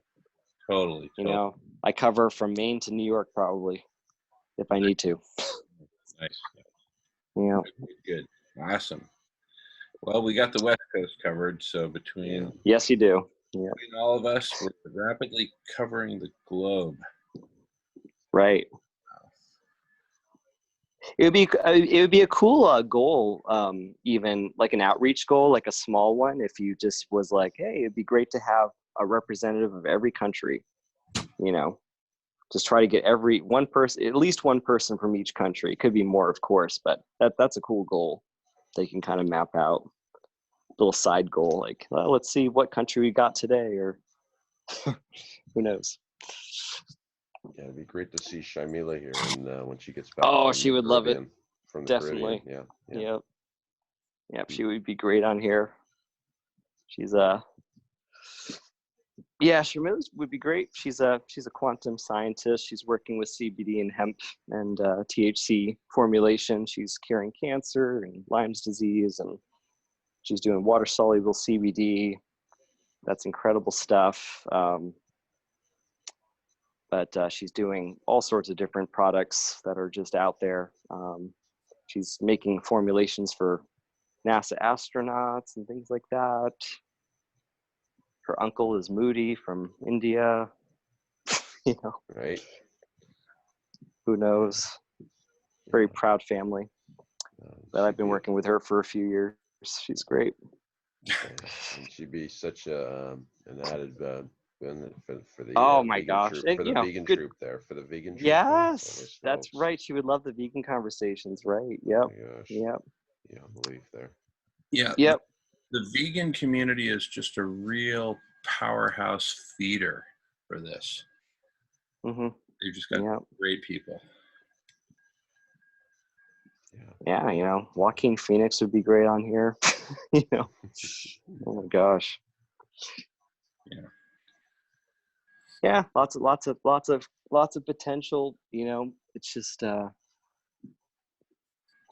mean, it's funny too. A lot of folks, a lot of people I know, they're also kind of down, and they could use a little boost of connectivity. This is the ultimate rush, isn't it? Yeah, right. The ultimate mission. Exactly. It is ultimate urgency. It's 2 missions in one. It's save a planet and manifest collective superintelligence. Yeah. Both. Great. Couldn't be more epic. It could not. Well, shit. And with Guy, we're even inventing a new religion. I know, right? It's the Triple Crown. Yep. Save the planet, manifest exponentially growing collective superintelligence with no practical limit, and Yep. invent the religion.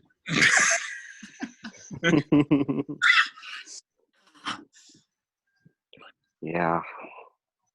Oh yeah, and guilt-free seafood with beer. Mm-hmm. Yep. Oysters, right? Guilt-free oysters. Woo! Yep.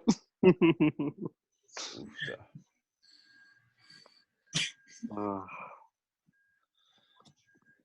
who's left? I don't want to leave you guys all alone here. Who's left on here? Don't worry, we'll be fine. We got James is a total diehard.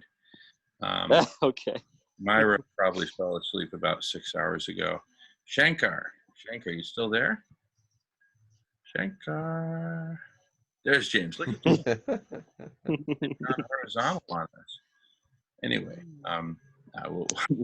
we'll be fine. Really appreciate your solidarity, Dylan. Oh, it's been wonderful. Been a great evening, and just what I needed for the end of my long, busy day. So it's great. More blessings are going to be coming. Rest assured. Oh my goodness, dude. Dude. All right, my friends. I'm gonna Right on.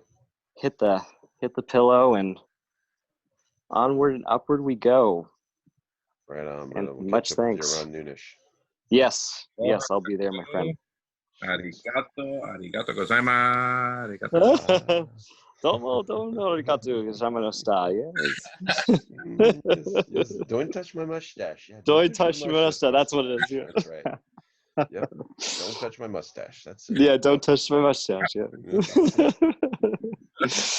Oh, yeah. I'm loopy at 4 for sure. Really. Oh. And also, Jamin, too, I probably sent you tons of links in my first email to you, too. Just have fun with that. You know, there's just a lot. If you feel any inspiration from any of those links or anything, I'm all on their, advisory committees. And, I can make some introductions if you're so inspired by any of that. But the power generator I was talking about, that's in there. Just all the projects I kind of mentioned, they're all spread out in there. Yeah, nice. On your own spare time, if you want to Sure. get inspired by what's out there. So it's all packaged in there. My original first email back to you guys, and then I'll circle back with a list of just some agendas we'll cover with the others that we'll bring on board. All right. Oh my goodness. Farewell. Bye, Nolan. You've been a trooper too, You're the right age for the all-nighters anyway, so. Yeah. How old are you, Nolan, by the way? How old are you? I'm going on 23. Okay. I just turned 30, so that's great. We're kind of in the same bracket there. Yeah. And I'll be 50. More. I would have to say a lot of us, 30 and younger. I mean, they're all pretty aware of what's going on. I would have to say, as far as, I have children in the teenage years range. So, I'm like, oh, how do you think everything's going? It's like, oh, it's going really bad. I'm like, okay, it's good feedback. And they're like, we don't even know what we're doing. I'm like, oh, great feedback. Okay. Now there's something to do for sure. Totally. Yeah. Back.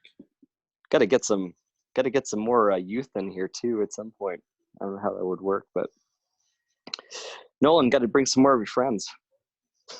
I'll get them. Well, I turned 52 in May, so I'm kind of in your guys' age range.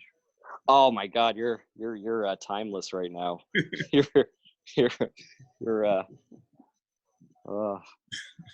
ageless. We're gonna have to give you some life extension technology to keep you around for another 500 years. I'm serious too. That does exist. I'm not joking. You know. Oh, it's you know. Oh, Noah's age was no doubt there, brother. I'll tell you that. This is giving it's you know. all I have people.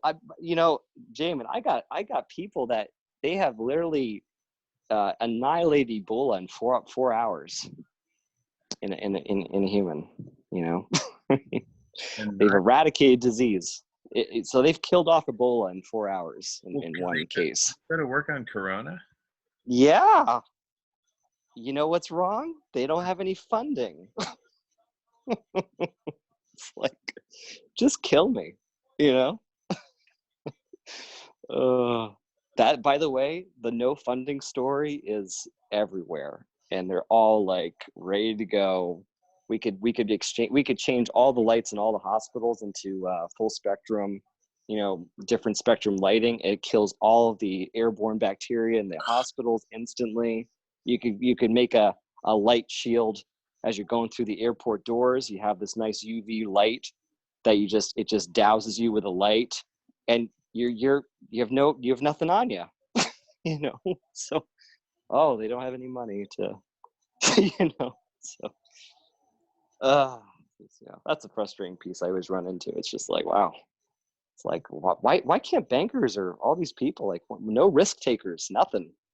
Like, there's no risk, too scary, no, not much money in that or something. You would think you'd make a lot of money on these things though, with all the airports and all the hospitals. And I mean, it just seems like there's a market for these things, but it's like no one's ready to give the first check. I mean, you probably know more than most how that goes in the corporate world. Bankers are just But, not in that business. There's yeah. there's always real estate deals to do, so they just keep Oh yeah. spending their money. They rather sell the drugs and the vaccines to make their money, you know. Forget the lighting. Anyway, not to leave on such a note. Sorry. No, don't worry about it. Don't worry. This is all. But, Wow. but you know, just so you know, we you know, I've been collecting all these things for literally 10 years. I'm just like, you know, 2020, we got to launch something. and I just found out about SRM like last fall, and I'm like, all right, that just went up to the very tippity top of the list. So everything's in the back burner right now. but you know, definitely simultaneously we can start doing all of them, of course. But yeah, we gotta really do something in combination with, you know, marine agriculture. I think Ye was saying something about marine agriculture as not being as successful as is projected, because when they eat the carbon or something, when they eat the carbon, they die, and somehow the gas is released again. I don't remember if there was something to that. Anyway, I don't remember what he said. I have to rewatch it. Yeah. But anyway, we'll see. We'll see how it all plays out. Well, good luck for the next 4 hours over there.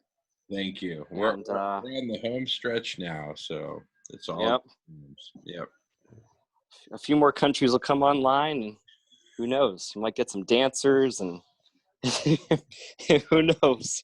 Music, and I don't know what country will be next. Thanks to Guy, we're already in double digits of countries. Yeah. Okay. Oh, that's awesome. Yeah. Awesome.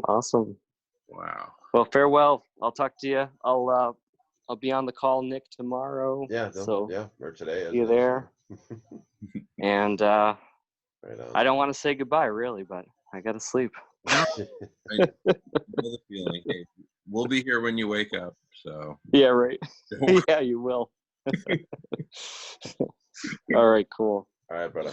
All right, many blessings, my friends. Thank you so much. Many blessings. Talk soon. Thank Aloha, you sayonara. so Aloha. much. Aloha. Aloha. All right. Thanks so much. Dream well. You too. You too. Oh my goodness. Definitely remarkable, brother. Ugh, Definitely. wow. Huh. Oh, it was a long slog through the desert. Right. It was a long ass slog. Wow.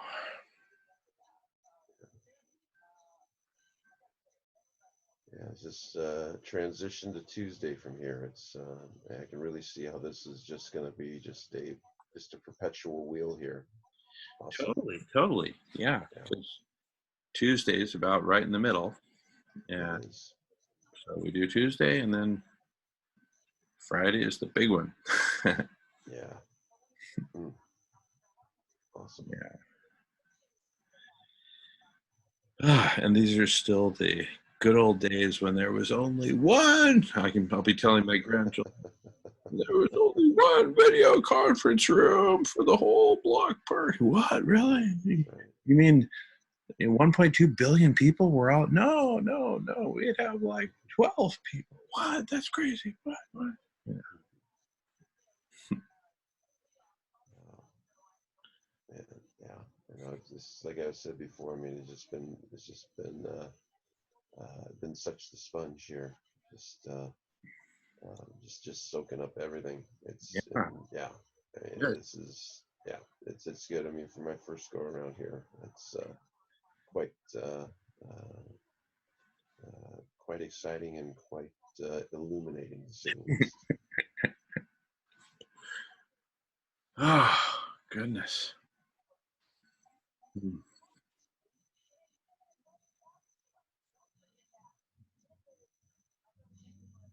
So, where are you from originally, Nick? I was born in Ohio. Grew up in Northern Cal.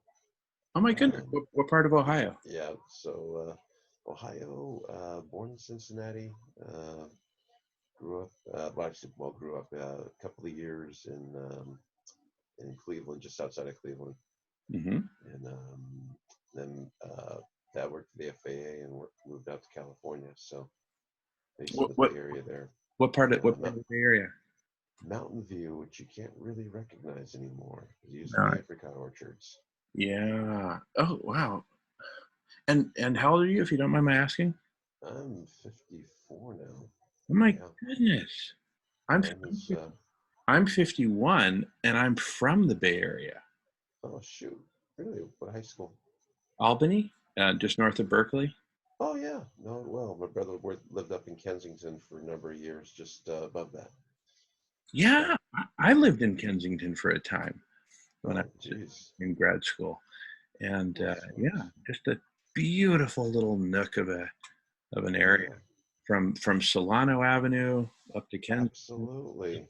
Yeah, Liu's Kitchen. Oh yeah, I had a Oh great my little. goodness, dude! I would go there with my dad. I knew I I'm ran not across kidding. you, Lou's brother. Kitchen. Oh Lou's yeah, Kitchen. yeah, yeah. This kitchen, the biggest pot stickers you'd ever see. Restaurant. Yeah, the biggest pot stickers you'd ever see. Oh, And those things yeah. are mountains. Oh, Yeah, yeah. The it Solano Theater over there, and yeah. But yeah, Lou's Kitchen. Oh, yeah. I cried when last time I went through there. They're not there anymore. is. Yeah, Oh, yeah, too I bad. know. Yeah. Like everything. Yeah, got change. Oh, Change. But yeah, but yeah, you know, that's my yeah, brothers went to Berkeley, so yeah, I'm familiar with the yeah. older brothers. Yeah, I went to Berkeley undergrad and part of my grad school. Mhm. So okay, yeah, my brothers, they were in the 70s.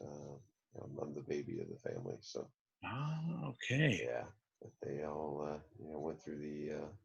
My brother came in at the very end of the Sproul Hall stuff back in the early 70s, and Sure. Yeah. but then continued all the way to the early 80s, and cousins went through there as well, and yeah. So Wow. So you grew up in Mountain View in the good old days. and yeah, when it was just boring. Did you ever go to the fish market, that restaurant? It's like a Uh, market and a restaurant, but that's more Palo Alto, I think. Yeah, no, didn't quite do that. It was, yeah, it was very much. I mean, my brothers and sisters were all born in New York, and I came along in Ohio and wound up in California when I was 5. And Yeah. but they, going from New York to there to California in just a tract home where they just started building and building and building. And they were just like, man, this is, yeah, it's not. They stomached it. I mean, that's all I knew pretty much for the most part. So Yeah. Yeah. yeah, Right. Right. apricot orchards but had a great time though. I mean, I had a hell of a childhood. I enjoyed every minute of it. It was good. Yeah. Wow. Yeah. Awesome. Yeah. But no, that's Professor Slotman was one of the in Berkeley. He was quite the guy. What field? I don't know. He was English. He was an English teacher. Was I'm trying to remember his first name. Was it? Anyways, yeah, but he was famous for Steve Bartkowski, the quarterback for the Falcons. He was one of the quarterbacks for Cal that played football back in the '70s.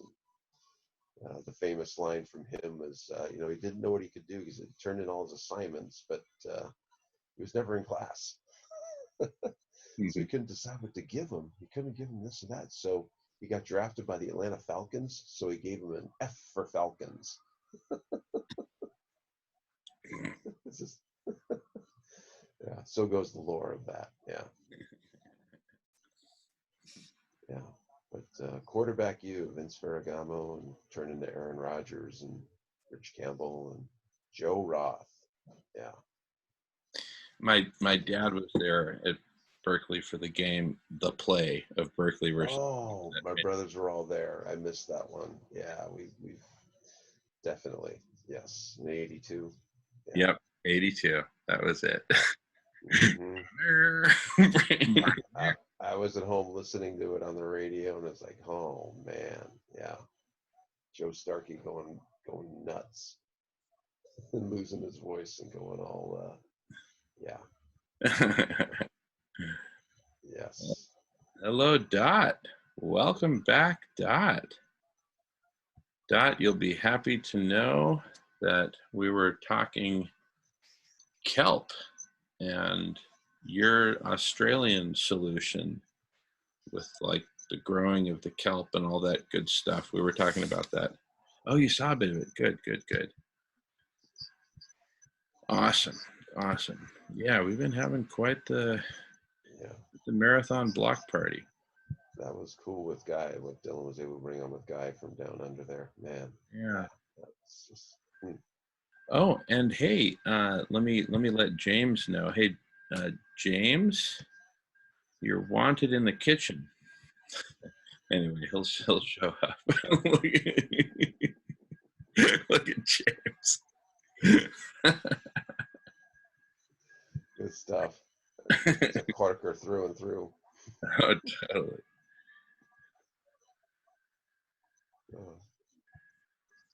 James, no particular hurry, but Dot would love to see the drawings that you were showing earlier on your kelp seawater solution. You're on mute. You're on mute there, James. Yeah, I heard you anyway. I was on. I did the earphones switched out there for a while. Yeah, sure. I'll get that up on share, isn't it?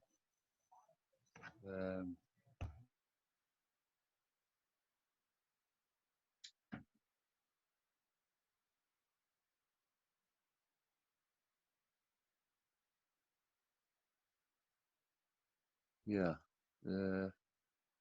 It's not a very large image now, as I said, like, because it was only roughly drawn out last night. Oh, well, not last night, no, there's 2 nights ago now. Sorry, it's daytime here in Ireland. We're just getting the low pressure coming in now after Storm Jorge. Although we got away with the majority of the winds in that last night because England seemed to be getting the brunt of it. Yeah, So the drawing is there. I don't know if you want me to explain anything about it or just have a look at it if you could see that.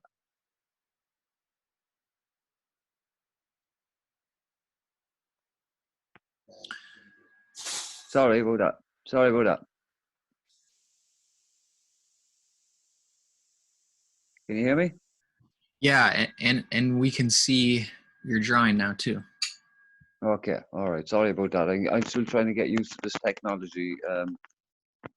You know, the technology involved in the Zoom and everything else is just new to me. So yeah. Do you need me to explain the drawing, or do you just gonna have a look at it? I'm not sure what you were saying there. Dot says yes, he would like you to explain. Okay, then. Right.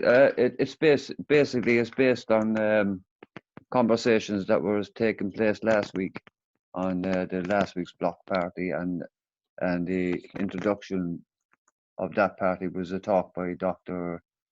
Yetau and Guy McPherson, and yeah, there was he raised the most important issues, which were the priorities, which was the SRM, and he showed his vision for the solar radiation management, mirrors and arrays and everything else, and showed an example, just one of example of, as he saw it, of anchoring those arrays by using wind turbines that are out at sea, and they could be lowered down below the water then as well by one through mechanisms attached to the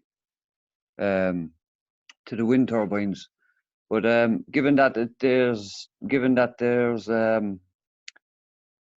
you know, so much ocean to be covered, and it's of so much different depths and everything else, and as he said himself, he was only using one example of an anchoring system and a way to draw the actual draw the mirror down at night time and to avoid storms as well, but, to a safe distance below the storms, and then bring them back up again at night or after the storms, whichever the case may be. But it's the positioning of these all over the different parts of the world, which obviously we all know the oceans are vast and deep and shallow in different places. Like, so, yeah. So basically, it's just my take on one idea for an anchored version. Now, I suppose this could be taken up on the floating version as well, in a sense, because as you were explaining a while ago, there are eddies and in the currents that are just swirling. So a floating version could be something similar, but not so technical either. Given, as we were talking about with earlier, floating something that's reflective on the Pacific piles of rubbish that are floating around in the Pacific there. They could be implemented, and we could use that waste as a way of housing reflective material as well, such as like reflective mirrors, just balls floating in around that. Anyway, that's neither here nor there. It's the drawing. Basically, it's a reflective mirror buoy system. It's designed on the buoy system. I looked at a number of different buoys and anchoring systems and different sizes, and they come in various sizes. And one of the other talks that was on the start of the during the conversation last week, there was a video showing about the ocean permaculture and the mats for growing the kelps and everything else. And it was explained that they need to be kept below the surface and how to pump up the nutrients and everything else to that. And given the timing is of essence to us, and so efficiency and cost and everything else comes into it. So I just thought I'd incorporate both those ideas, taking them from what I heard last week, and incorporate both those ideas into one efficient unit, which of course can be added to. And yeah, so the unit itself, the top buoy would basically be floating on the surface, but the whole unit is one. Now, if you look at the very bottom of the page there, you'll see the anchor is pointing down to the seabed, basically, where the anchor would be based at the seabed, and it would be implementing like they use nylon cord and mixture of nylon and steel cording to allow for flexibility of currents movement and everything else like this. So basically the whole unit would have a retractable would be have a retractor unit housed on internally inside the bottom half of the buoy that's floating, while the mirror sits on the top half. There could be some form a dome, a transparent dome on top would be there to basically to keep wildlife off and everything else. And the mirrors obviously would have to be, you know, the size of the mirrors would have to be decided. That's I just using the drawing as an example. But the internal controlled retraction device is it could be internally set with a timer for it to retract at night time on sunset. And also if there were storms that were imminent and everything else, GPS housing units and instruments could be also housed within the unit underneath the mirrors, and they could also be then satellite and radio controlled devices as well as timed control devices, because with a situation like this that you don't want to take a chance at the timer break and then someone having to go all the way out there and fix the timer. So if the timer's broken, then there's radio control and satellite control. There are other options for maintaining it. There's just an idea I threw in there with it anyway as well. So yeah, the platform underneath, as again now I said, it's all one solid unit. So go down as far as the coupling unit, the platform leg docking point, which is what I call it, at the tip of the anchor rope. So that would be like a docking point where the spur or the leg of the overall device would, when it's retracted, would sink down and would dock inside this housing, as the anchor rope would be going down through the center of the housing of the whole unit itself and being drawn down by the retractor. And so it would sit comfortably below at whatever height is necessary or allocated for both safety for the unit and also for the necessity of the kelp platforms that can be fed from this I call it a stabilizing ballast tank kind of platform. And I'm saying, like, I don't know a whole lot about things like this. I'm not an engineer, but I am someone who comes up with interesting ideas to figure out how can I do this with what materials are available to me. So that's why I'm looking at, obviously we have time is the essence, and a lot of these buoys are lying around all over the world in different docks and harbors and coastal lines and everything else, so they can be implemented. But the ballast tank can be a duo ballast tank where the air could be held on the top portion of it, of the whole surrounding unit, and the bottom half of it would be then where the nutrients are being pumped up from below, from the pumps that would be connected to the permaculture mats. But there would be an excess of nutrients then as well, able to be pumped into the tank as kind of a standby or anything else that may be needed. And and there's an emergency cutoff section in the center if any, weather anomalies, which again, because of the situation we're facing, I'm not sure what I did with my glasses there earlier, but basically, we have to plan for completely. We have to consider that designing anything to place in the oceans in the future will have to be designed outside of existing parameters of tolerance for currents, wind velocity, wave height, depths. I know, as I said, the units can sink there as well, so that would probably deal and combat with that in some way. And basically, we have to design it to deal with basic elemental forces that are magnified beyond what we can even see now at the moment. So yeah, that's it. So it's just basically borrowing, as Ye Tao said, standing on the shoulders of giants and taking from their ideas and everything else. I just kind of threw out my version of what I could consider a viable option for one form anyway. So Thank you. That's it.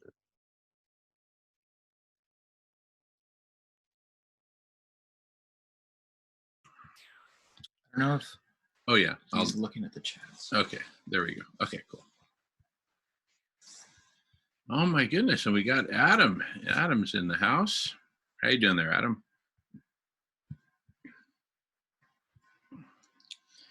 Hey, James.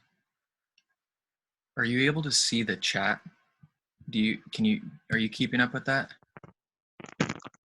You see, I'm working off my mobile phone here at the moment, and I have it kind of on a horizontal screen, so I don't get. I see some of the chat coming up, but by the time I get up close enough to see it, it seems to disappear too quick for me because I have to, depend on my glasses, which I left in the kitchen there now where there's my tea, and I can barely see your face now, so I better go get them. Just give me 1 second. Excuse me 1 minute.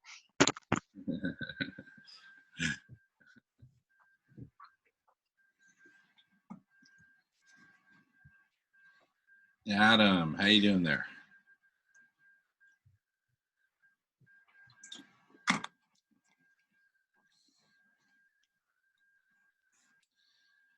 Welcome, Adam. And if you're busy, don't worry about it. I love how Myra just falls asleep with her phone. Yeah. I didn't. Yeah, I'm just laying in bed. No, Sorry about that. Sorry about that. No, I'm not seeing a lot of the comments. No, I hope they're positive. Yeah. Dot says, amazing, smiley face. I love this. I had something like this in mind, but I don't have the artistic skill. Yep, instruments to check the health of the habitat. One thing that we will have to think about is bird droppings. Maybe the submerging will be enough to clean it, though. I think so.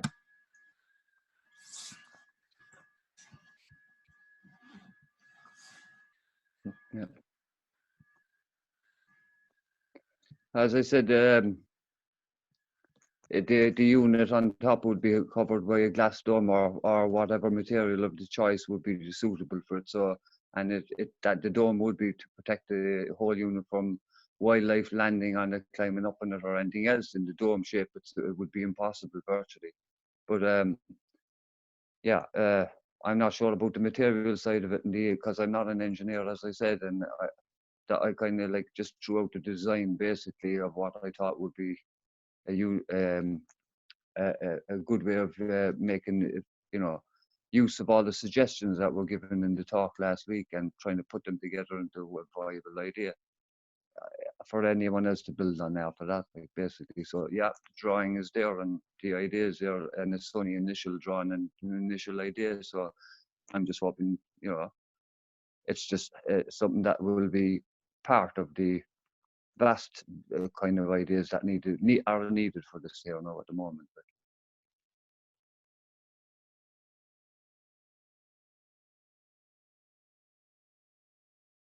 And Dot says, "This is great, James. Thanks." Smiley face.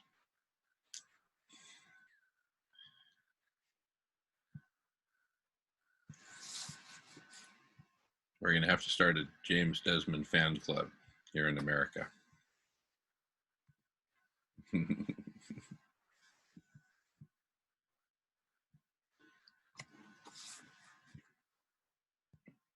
Oh, you're on mute, James. James, yeah. Sorry, as I said, I'm a very technology shy person, and I'm even shy about communicating on the phone to a person, even people that I know, because I don't like conversing.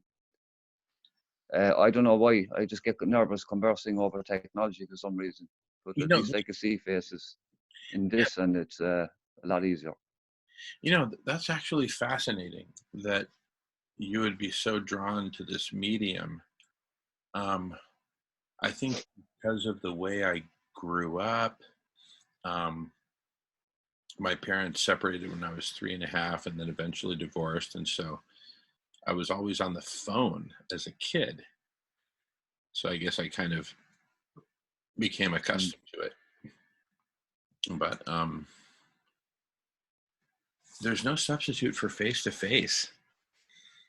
right? Exactly.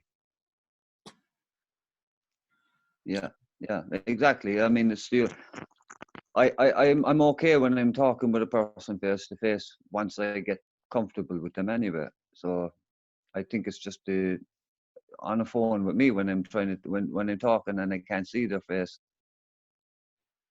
My head goes off in other thoughts as well, even though I'm not trying to be rude to the person just talking to me, but because I can't focus in on them, I can't concentrate on exactly what they're saying because there's 150 other things going through my head. Like, so, yeah, this just helps me to focus. Yeah, definitely. Beautiful. Awesome.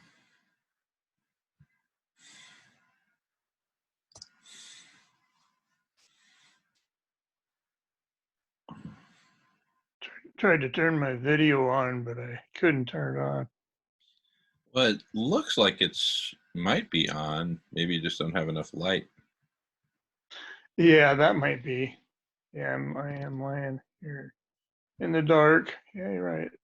Think about that. It's probably because I'm half asleep.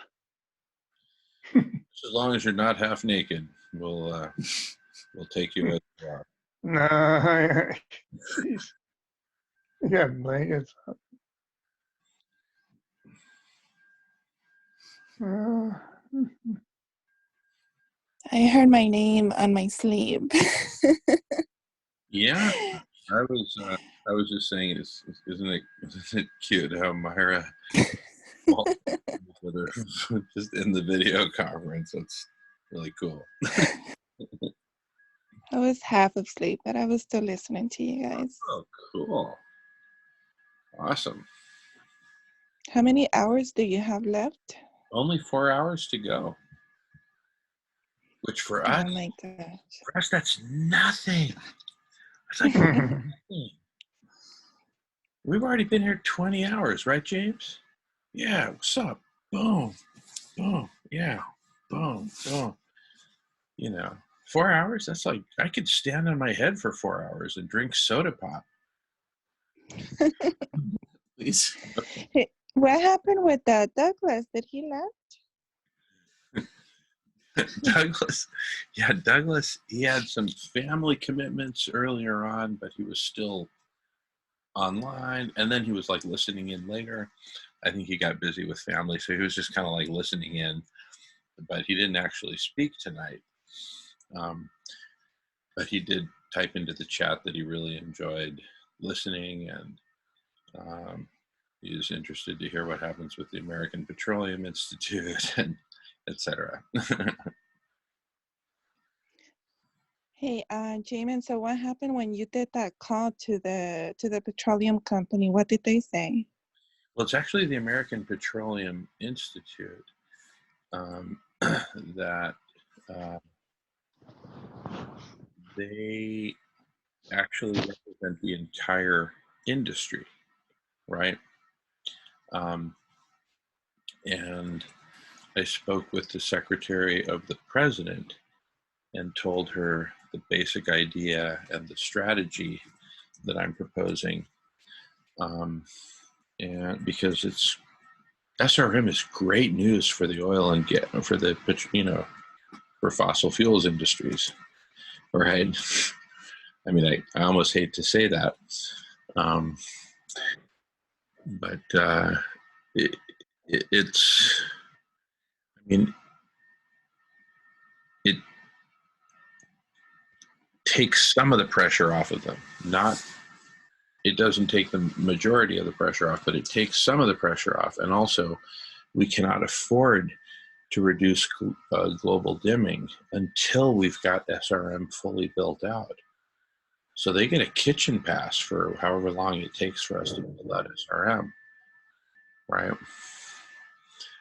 And then we can start contracting, right? Right. It's good news for them. And also, to the extent that they fund it, they become the heroes. And also, it's also a source of energy through solar thermal power generation, which is all about concentrating sunlight And since we've got all the mirrors, we can do that very easily, and generate power even from a fraction of the sunlight on its way up to space. Right? It'd be a huge amount of power, huge. So anyway. Have you thought about getting a hold of the companies that, the big companies that were actually building the solar panels? You know, the solar panels are a really different ball of wax than mirrors. It's really the big glass companies that we would want to talk to for the floating mirrors. And then, oddly enough, some of the petroleum companies for thin film metallized plastic sheet, which would probably be the most economical, one of the most economical, probably the most economical way to get, you know, short-term relief anyway, which we urgently need. I mean, we could have an ice-free Arctic this summer, right? We can't afford that. Yeah. We just can't afford it. So we got to be deploying this spring, and it's already spring. So, I mean, the timing is perfect because collective superintelligence is going to take off exponentially, and we need it to. Just in time. Yeah, we got to get those localized solutions surrounding the Arctic. We got to get those in place before summer. So who do you suggest for, like, for example, if I make a list of people or corporations that I want to get a hold of and have them join these meetings? Yeah. I could make the list for you. You want to call them, or how do you want to get through them? Yeah, I can send them an email or I can call them. Good. Awesome. Okay. Okay, let's work on that early next week. Yeah, let's do that. And also with Alessandra's idea with Googling up who of the famous celebrities have a concern about this situation, and also getting a hold of their managers and be like, hey, we have an idea. Can you give me your email? And sending that information. Totally. Great idea. Wow.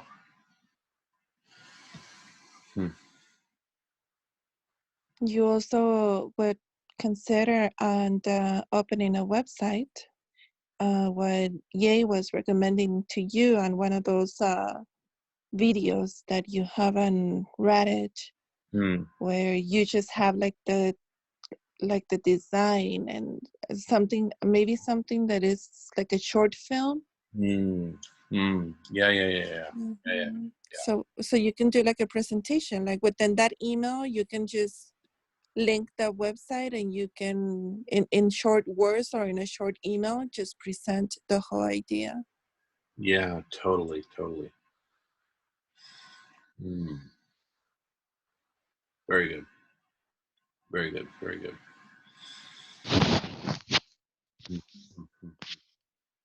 Wow. So I see Jose Abel and Jose Alfredo Cornejo. They've been here for a while, but they don't talk.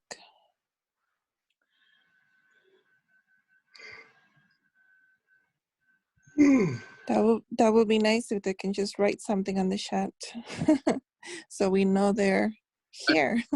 All we know, they just clicked on the link hours ago on a desktop computer and then walked away, and you know, they could be 100 miles away right now. Right.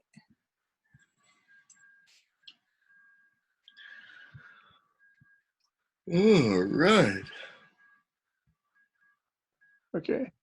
Can anybody hear me? Yes, Adam, we can hear you. Hey. Yeah, so I remember Dr. Rao spoke.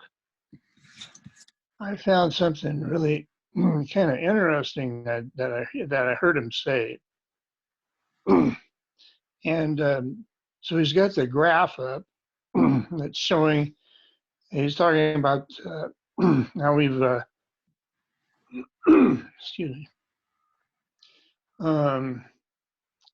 you know, the carbon cycle and the heat of the Earth. And so he's got like this temperature graph up, and he's showing ice ages and stuff like that. And then he shows this tall line that goes up, and it's really narrow, and it's red. And I didn't catch very much of what he said. I mean, I don't even remember he was saying something about his stopping then or something, and then going back down. But so I want to watch it again. But it got me to thinking that I never thought of that before. You know, that we could. I mean, I had thought a part of it. I'd thought that, you know, if I've heard that. I heard Guy McPherson say that, and other places I've heard that it's coming on fast, that it's faster than expected. You know, that it's kind of caught us by surprise how fast it's the acceleration of all the environmental stuff.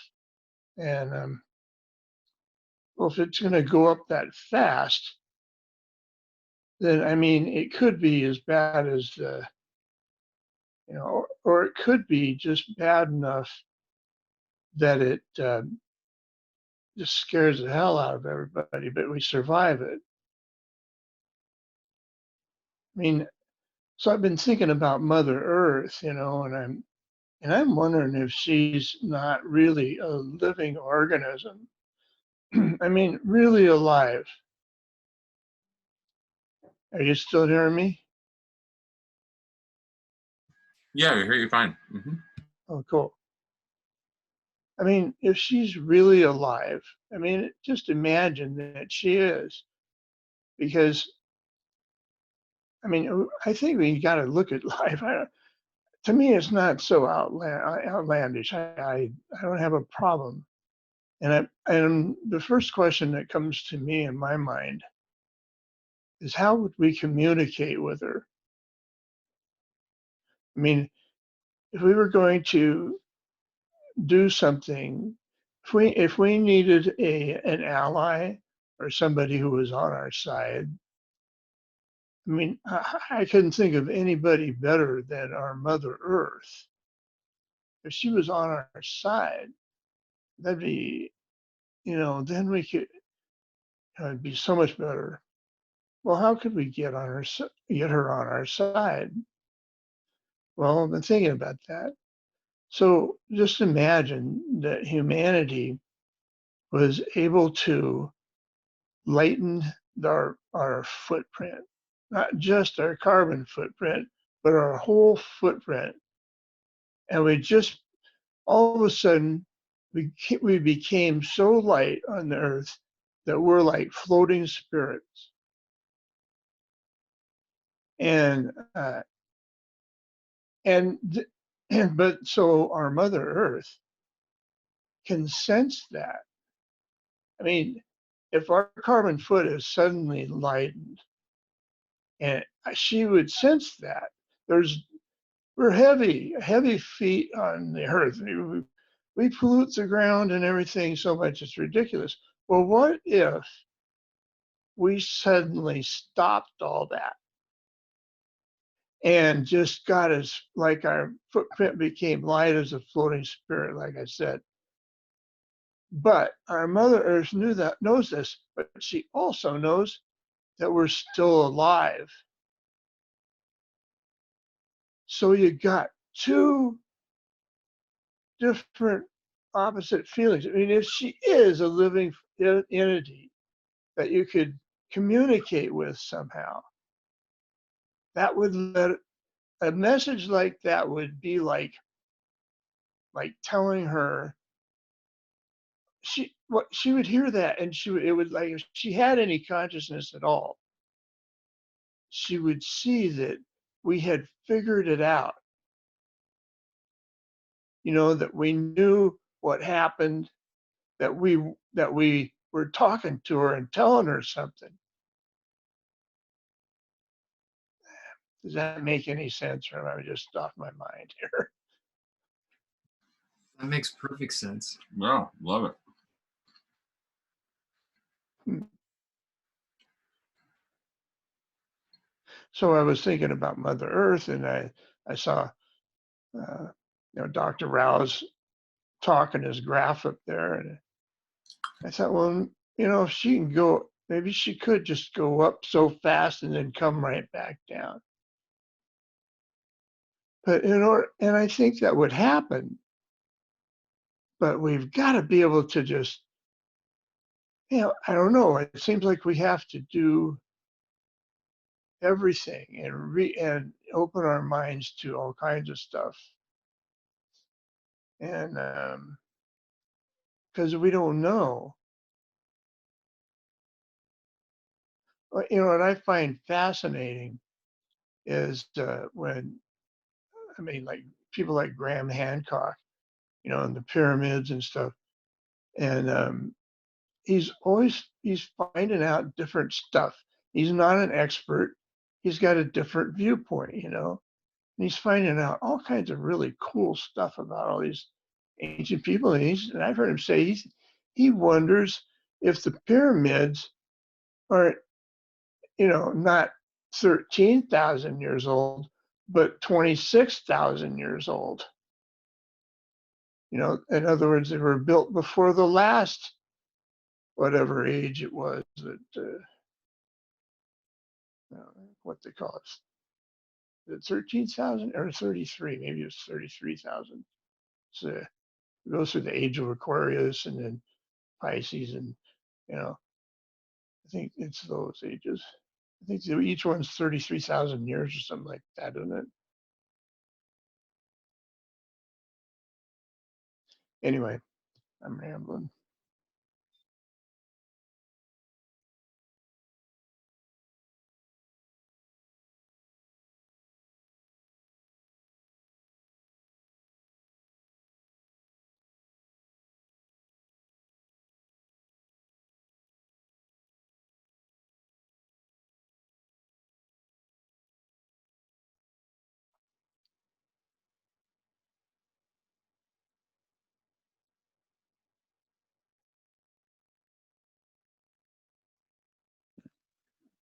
All right, Jamin, I just said I'd say, well, there's a quiet moment there.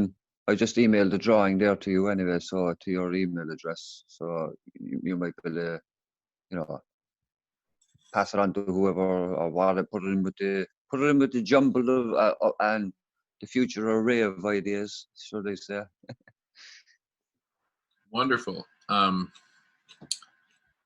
Dot, if you want to give me or James your email address, we can get that to you.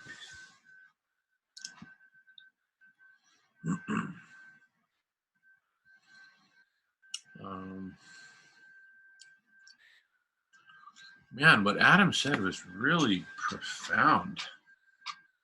And the way I see it, we are all part of Mother Earth. We're kind of like big fat neurons walking around.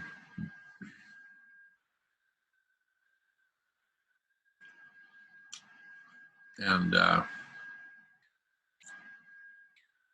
now we're finally talking to each other. So this is Mother Earth waking up. Us talking with each other is her brain waking up to a whole new level. It's like before it was just like, nerves and some basic computation and whatnot. But now she's really waking up. Hey, have you ever heard of have you ever heard of like geniuses and people that are inventors, mostly inventors, and they say, well, that idea didn't come from me, or that idea where I was sleeping, I woke up and suddenly had the idea, they get it. It's like they get it from some other place. You heard that?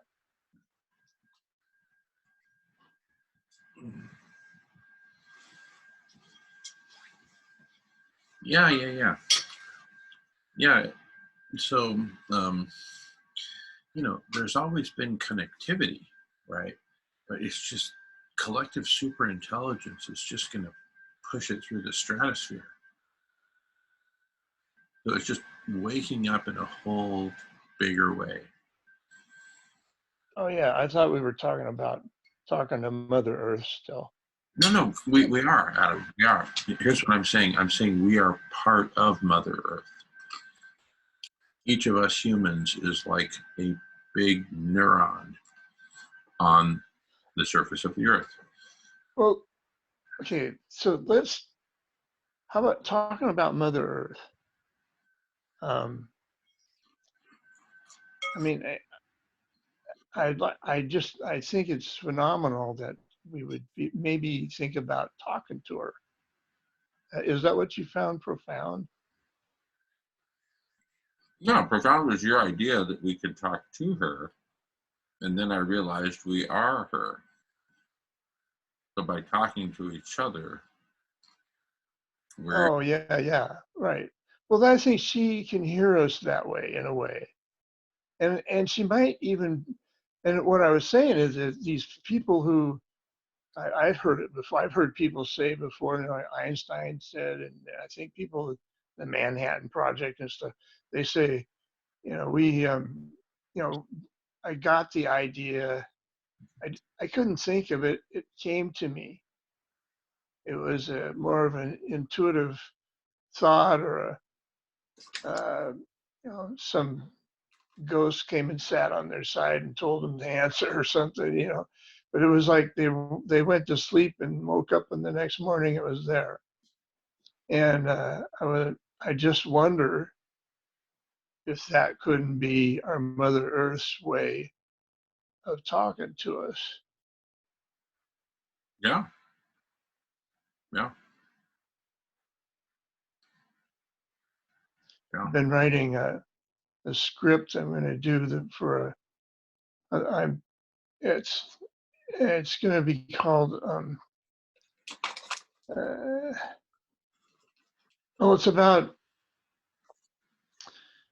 let me get it. It's about being.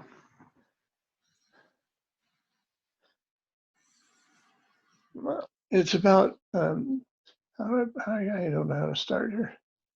Yeah.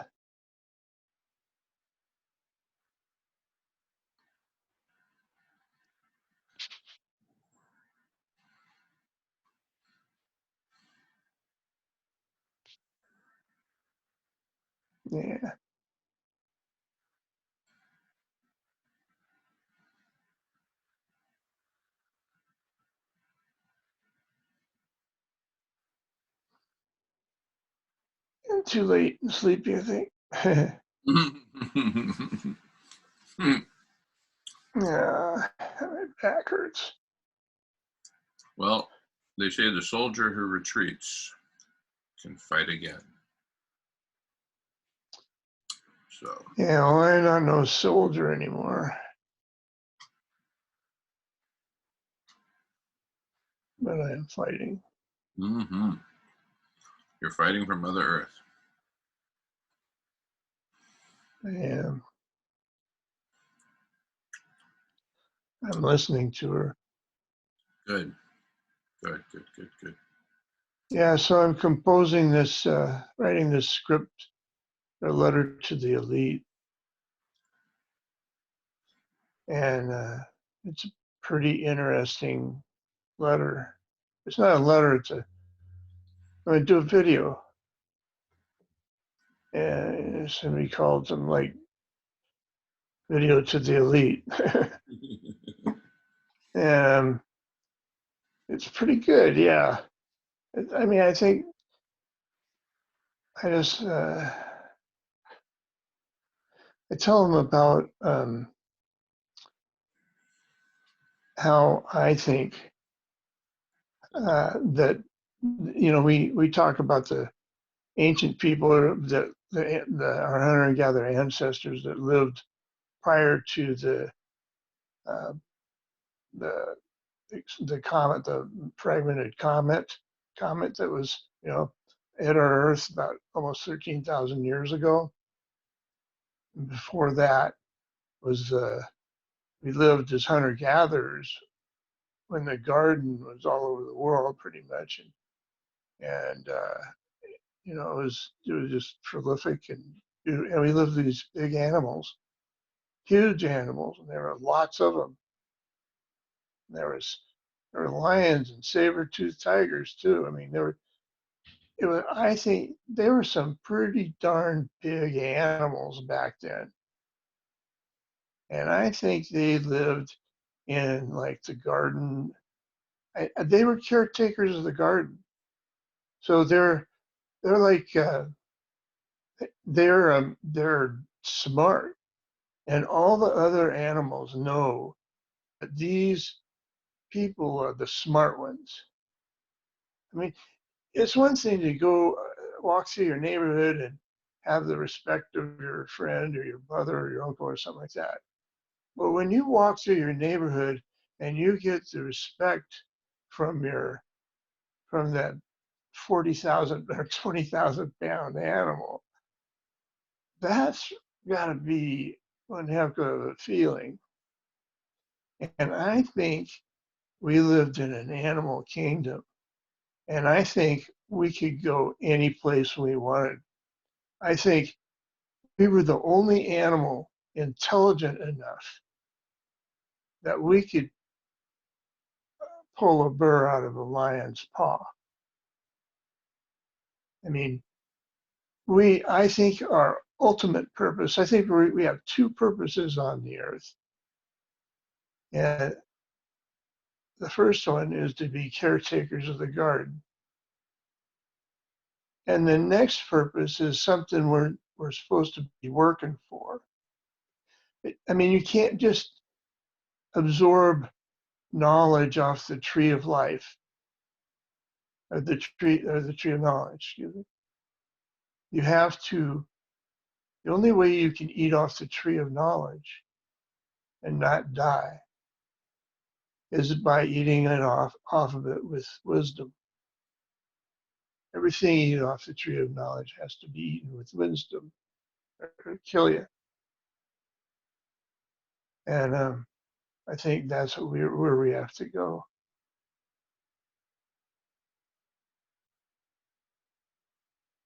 Lost my train of thought.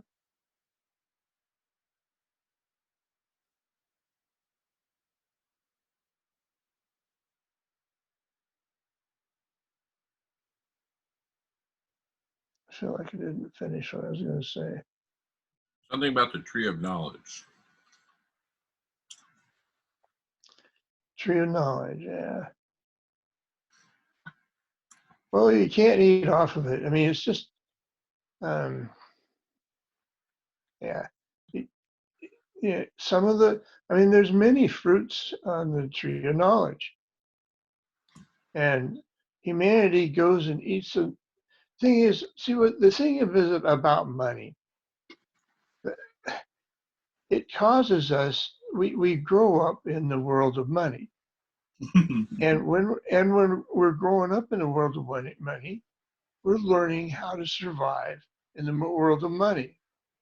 And we all do it our own way. And people that are born within a lot of money are educated and do it, in more of a professional way. And then the people that live in the lower down below, they do it in their way.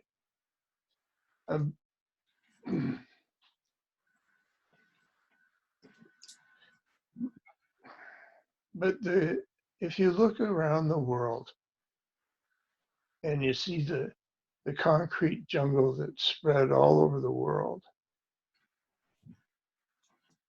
all of it has come from our 20%. I mean, statistics show that 20% of the world holds 90% of the world's wealth. So that means 10% of the world that lives off of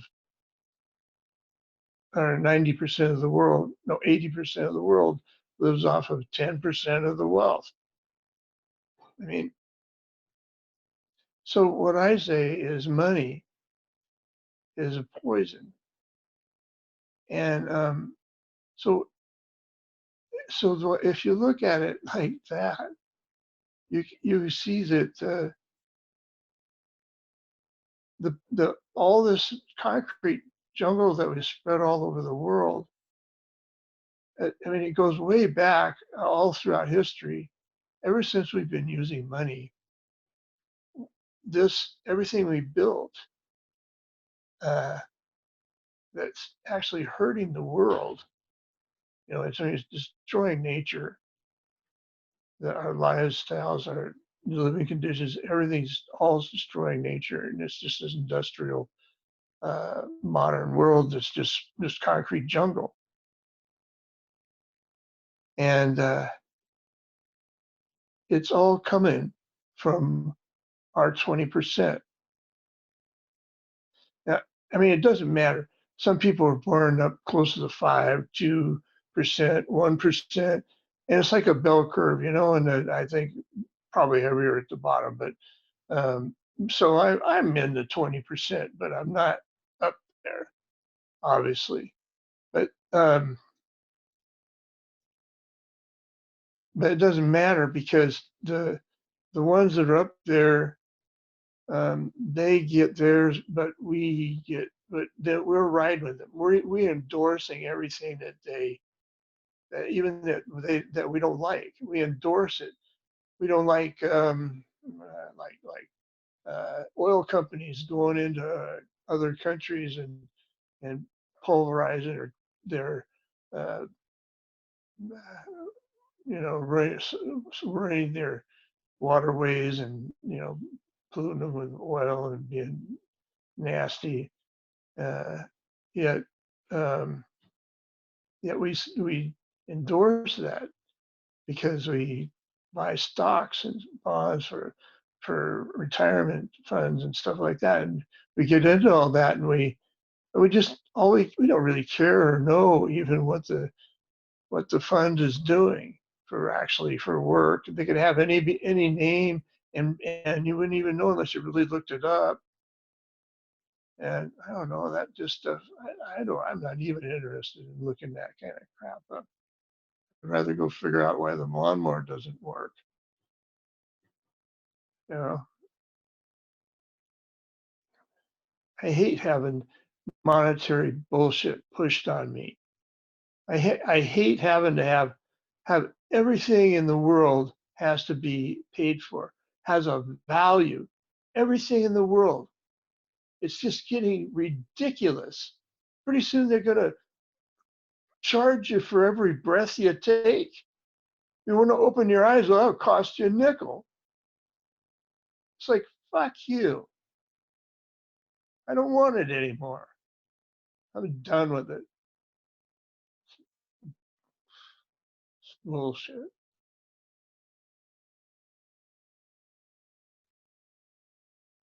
Yeah, and the whole system is designed to enrich the wealthy at the expense of the poor. And Well, that's what it does that. But it's not the people up there that are bad. We all want to go there. I mean, if that slot's open, somebody's going to move into it because everybody wants to go up there. exactly. So, but what we do, what I think happens is money is a poison. So it like circulates within us and it moves in us, and it just causes everything about money. So it's a spirit that ties everything together.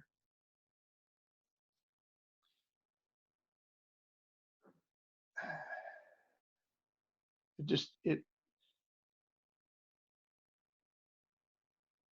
just canvases our entire lives.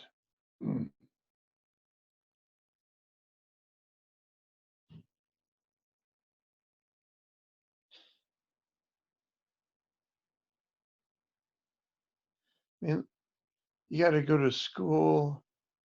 I mean, how much? I mean, just think about it. How much waste there is in using money. I mean, if you just agreed, okay, I'll work 15 hours a week. I got no problem doing that. And then, compare that to, 50 hours a week or 40 hours a week minimum, and you still get everything and you don't have to worry about paying for anything anymore. You live a different life. Take advantage of the machines and lower our populations.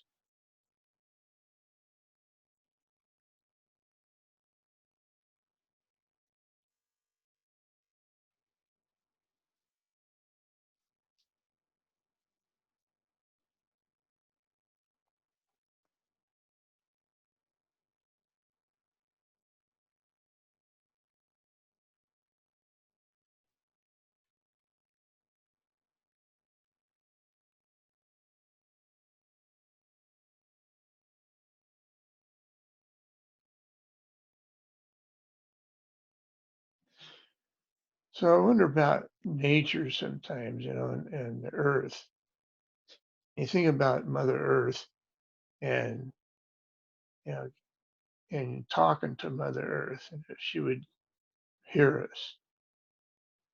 And then I think, well, Mother Earth is this body, but what's the life? The life is nature. Well, nature's just a little tiny skin that covers her body. It's not her. It's not Mother Earth. It's like nature was born on Mother Earth. So I mean, and nature's born by the father is the son who impregnates the Mother Earth, and basically because he puts, I don't know, the sun fertilizes it. It changes the microorganisms. Sometimes different people come out looking a little bit different. They're different for each other, and that gene gets passed down, and some of them are strong, and some of them don't make it. That's how life is created. That's all natural. But we are so far away from natural in this world that we live in today. I mean, you think about it, our 20%, we get up in the morning and, to an electric alarm clock, we're indoors, we've got electric heaters around us, carpets and running water and going to the bathroom.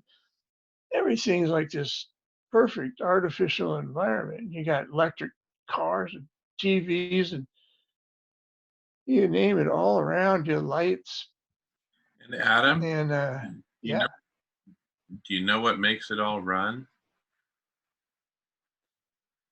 yeah, fossil fuels mostly. Money. Yeah. Yeah. Well, and here's the thing. That's what we're trained. We're trained that if you have this stuff called money, you can have, it's like a magic wand, right? Yeah.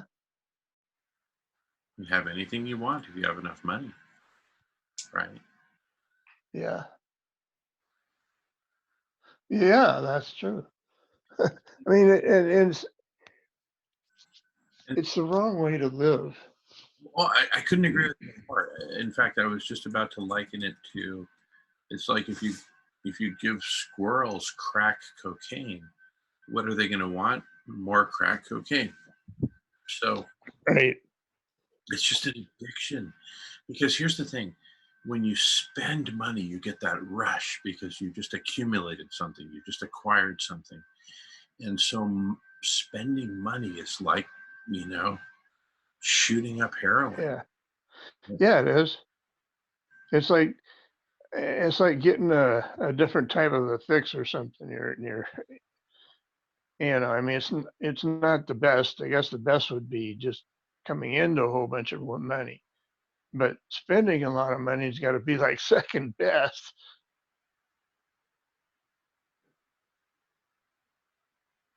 I'm just talking about like the instant gratification of, or just Yeah.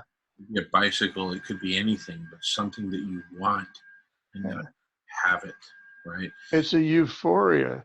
And so there's euphoria when you get the money, and then there's a different kind of euphoria when you spend it. Yeah. But definitely money is an addictive substance. A mind-altering addictive substance. Well, we grow up in it, and we learn how to survive in it. So that makes us think that our survival depends on money. So, I mean, we have that perception. It's a false perception, but it's a strong perception. We know it's not true, but we act like it's true. I mean, if you have Maslow's hierarchy of human needs, your basic needs, if you're living in nature as hunter-gatherers, your basic needs is totally nature. So in that respect, you care about nature, or you're taking care of this planet. Well, if what you care about is a paycheck,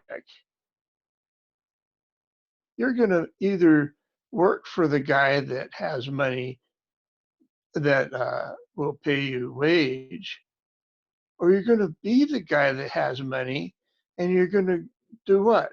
You're going to create things that will make you more money. So wherever there's an opportunity, you're going to build something there or do something there, and that's going to be made to make money. And since 1972, we've put almost 4 billion people on this planet. It's twice as much as it was in 1972. It's like, so we can't do that. It's just stupid and insanity. But you know what, I don't think people realize how heavily influenced we are by advertising. I mean, I remember around tube TV, and that was like in probably 1960 at my grandpa's house in White Salmon. I think it was the first TV I ever saw. But then I remember getting one at home, and my grandmother had one of those Ringer washing machines, They wring their clothes through it. You wouldn't want to catch your fingers in them. We didn't even have one. We had a clothesline.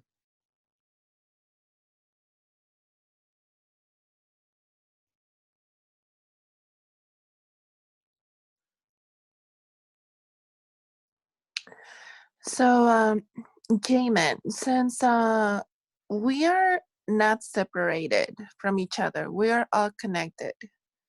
Yeah. Mother Earth is like our mother. Yeah. The sun is like our father. However, it is said that what we think, our thoughts, is what we create. I don't know if you've ever had an experience where you got out of your house, you got out in your car, and you all of a sudden we start worrying about something. Let's say, for example, no, I start worrying about I didn't had my driver's license, and now I'm so worried about a cop stopping me. And I get in my car, and I just keep on thinking about a cop stopping me and maybe giving me a ticket. Mm. Well, my thoughts created that Event.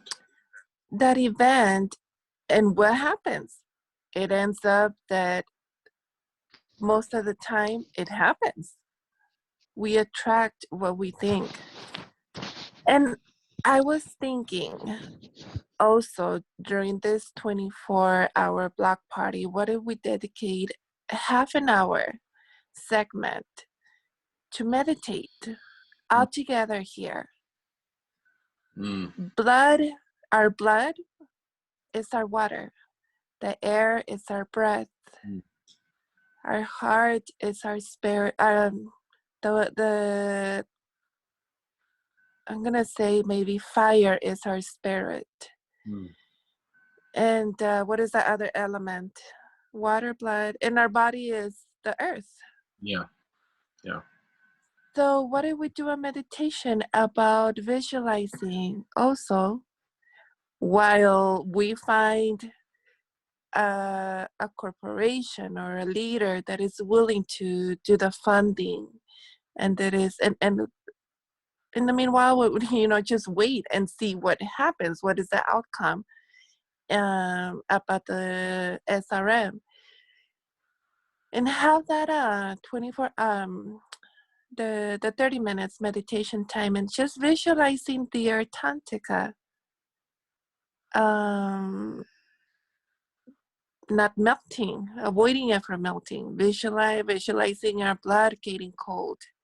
I don't know. I usually do guided meditations to Jackie in the mornings when we go practice yoga, and we connect with Mother Earth doing a hand mudra, and we show her gratitude, and at the same time we ask her to give us her nutrients. It's amazing because we feel it. I don't know, it could be something valuable that in the meanwhile we just all sit together in our house and just visualize that outcome of the oceans getting cooler. Mm-hmm. Love it, Maida. I know, I like that. Beautiful. That's good too. Mm.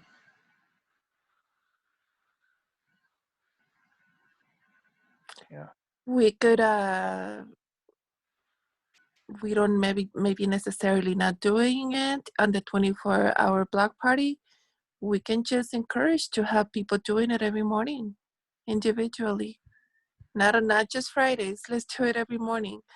Let's sit down for like 15 minutes or 20 minutes, and let's connect with Mother Earth and meditate over the oceans cooling down, the glaciers not melting. Mm.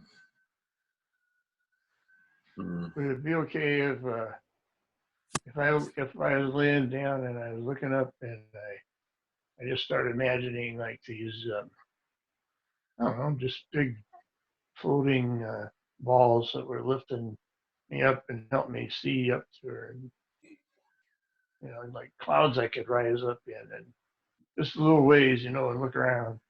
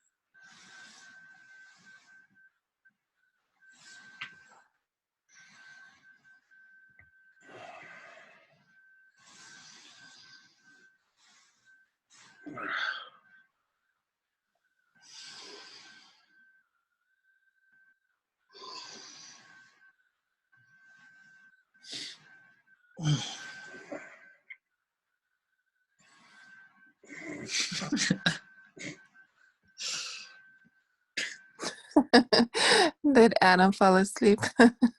Yeah. I'm still here.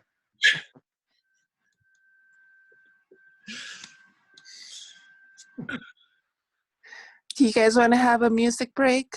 I sent a YouTube link. We can listen to the song and for I think it's 3 minutes long. I'm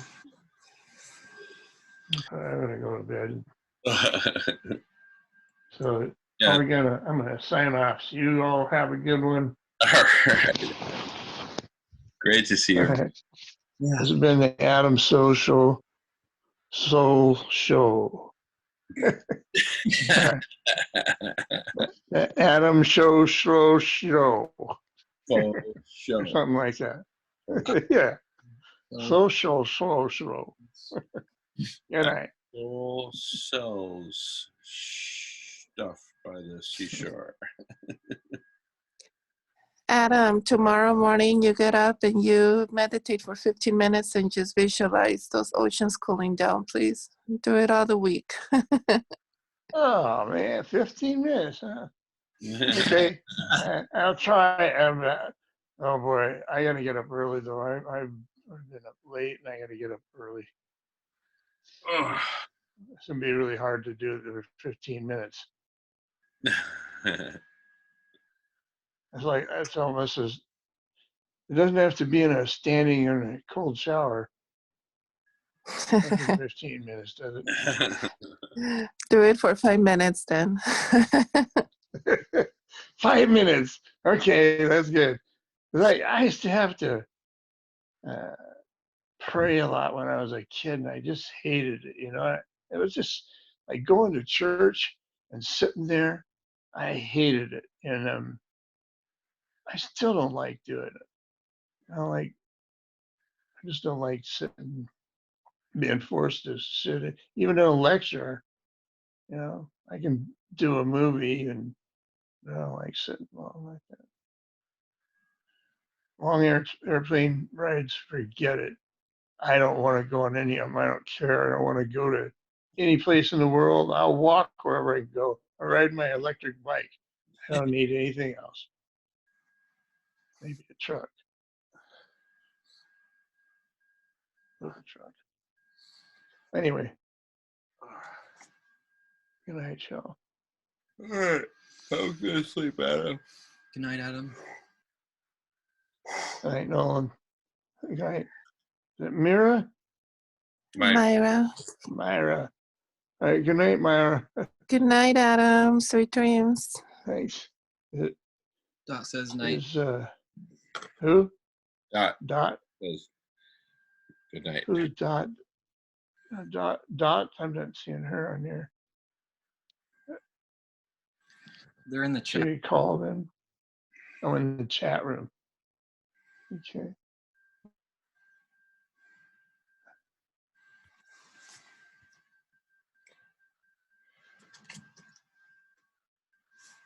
Oh.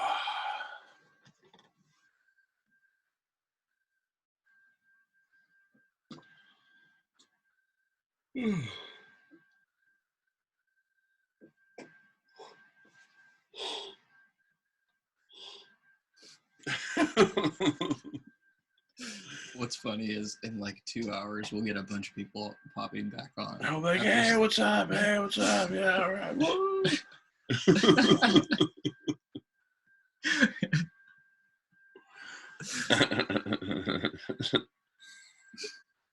I don't know who was it. I don't know if it was Adam or I don't know, but they were saying that every Friday his wife is starting to get mad at him and questioning him what the heck is he doing on the phone all day long.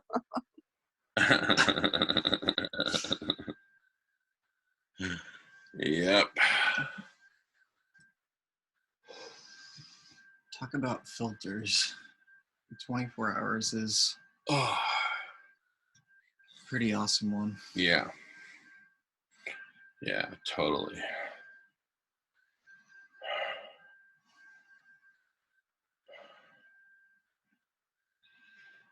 Yeah. I like it.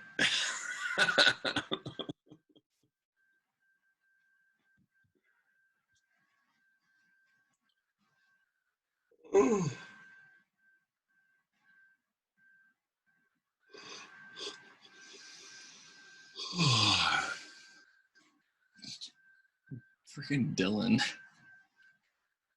Oh my goodness.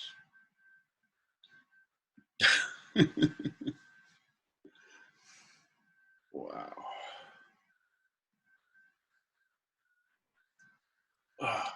Hey, what has happened with Patricia? I miss her.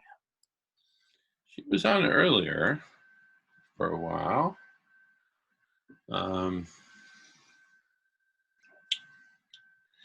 She had emailed earlier this last week that she's feeling a bit overwhelmed with a lot that she's taken on for Vegan World. So I don't know if she'll be up for the all-nighters anymore. Yeah.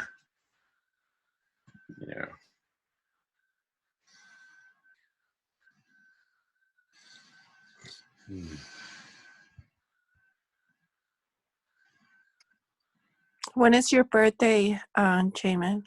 5 de Mayo. Oh, wow. Yeah. What about you, Nolan? July 17th.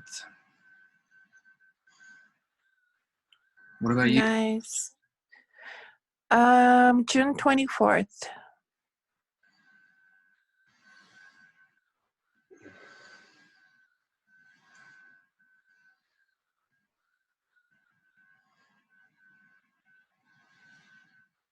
Does that make you guys the same sign? I think so. Yeah, we're both Cancer. We are water, so we have the capacity of turning those oceans into ice. Just kidding.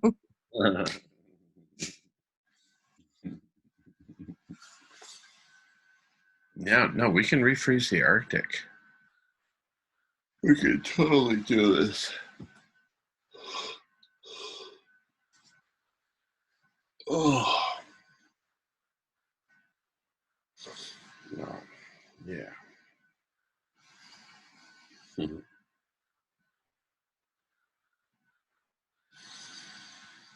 Hmm.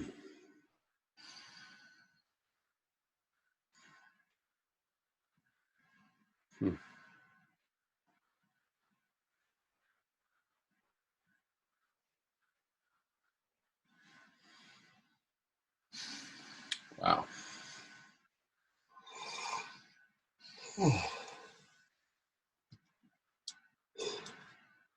I was thinking about all the different layers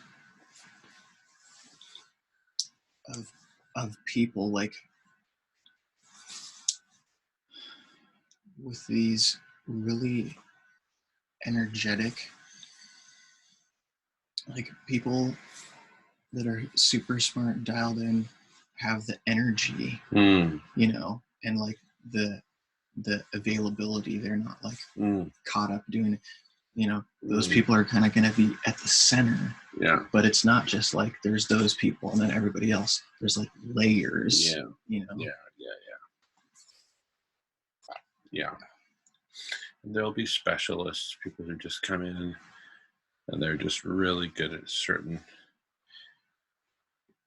specialty. And when they're needed, the AI calls them in, right?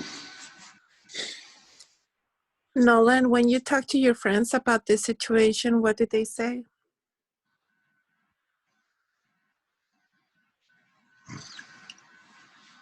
So far,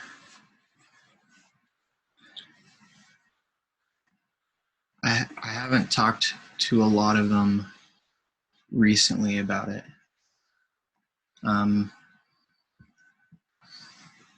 In the past, attempting to share with them has usually led to freaking them out. Yeah.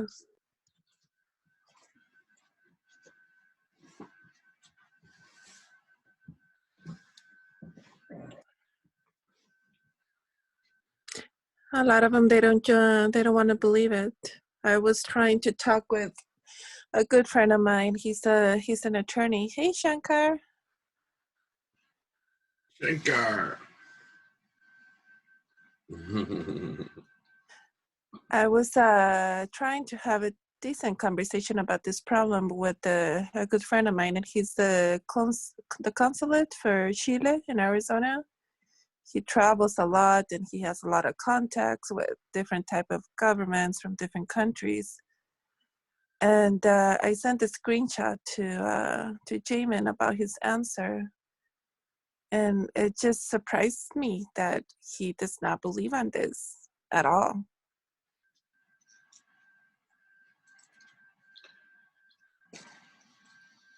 Yeah. Yeah, it is. Some people just can't imagine it all going away, all the privilege.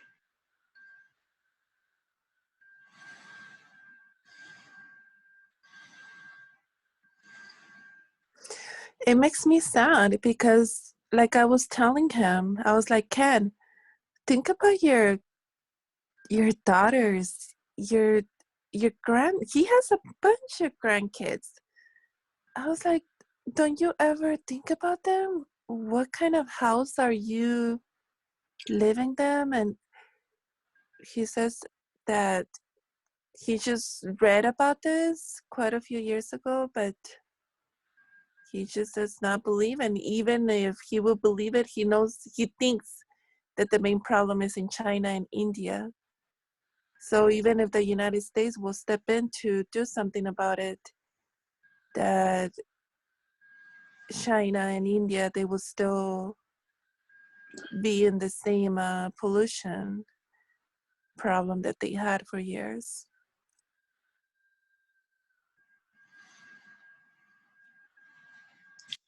Yeah, what he's doing is deflecting responsibility. Yeah, he's denying, blaming on someone. And I'm like, even if they are the problem or they are a part of the problem, we are all the problem, and we don't amend nothing by blaming. It's better to take responsibility.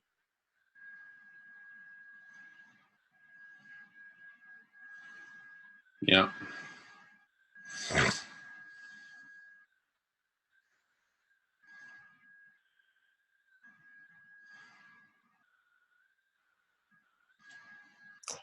It is sad that most of these people that don't want to hear it, they don't want to believe it, they're in their own little bubble. It's sad that they have to wait until the last minute. They have to wait to see a catastrophe where they're going to be affected, and now they're going to want to find a solution. But maybe it's going to be too late. Hopefully it's not. Because like you said, there's Mother Earth for a lot of us. We are maybe a cancer for her, but a lot of us are also the neurons getting connected to where they belong and putting the collective intelligence together to find solutions. Getting rid of the bad cancer. Yeah, exactly.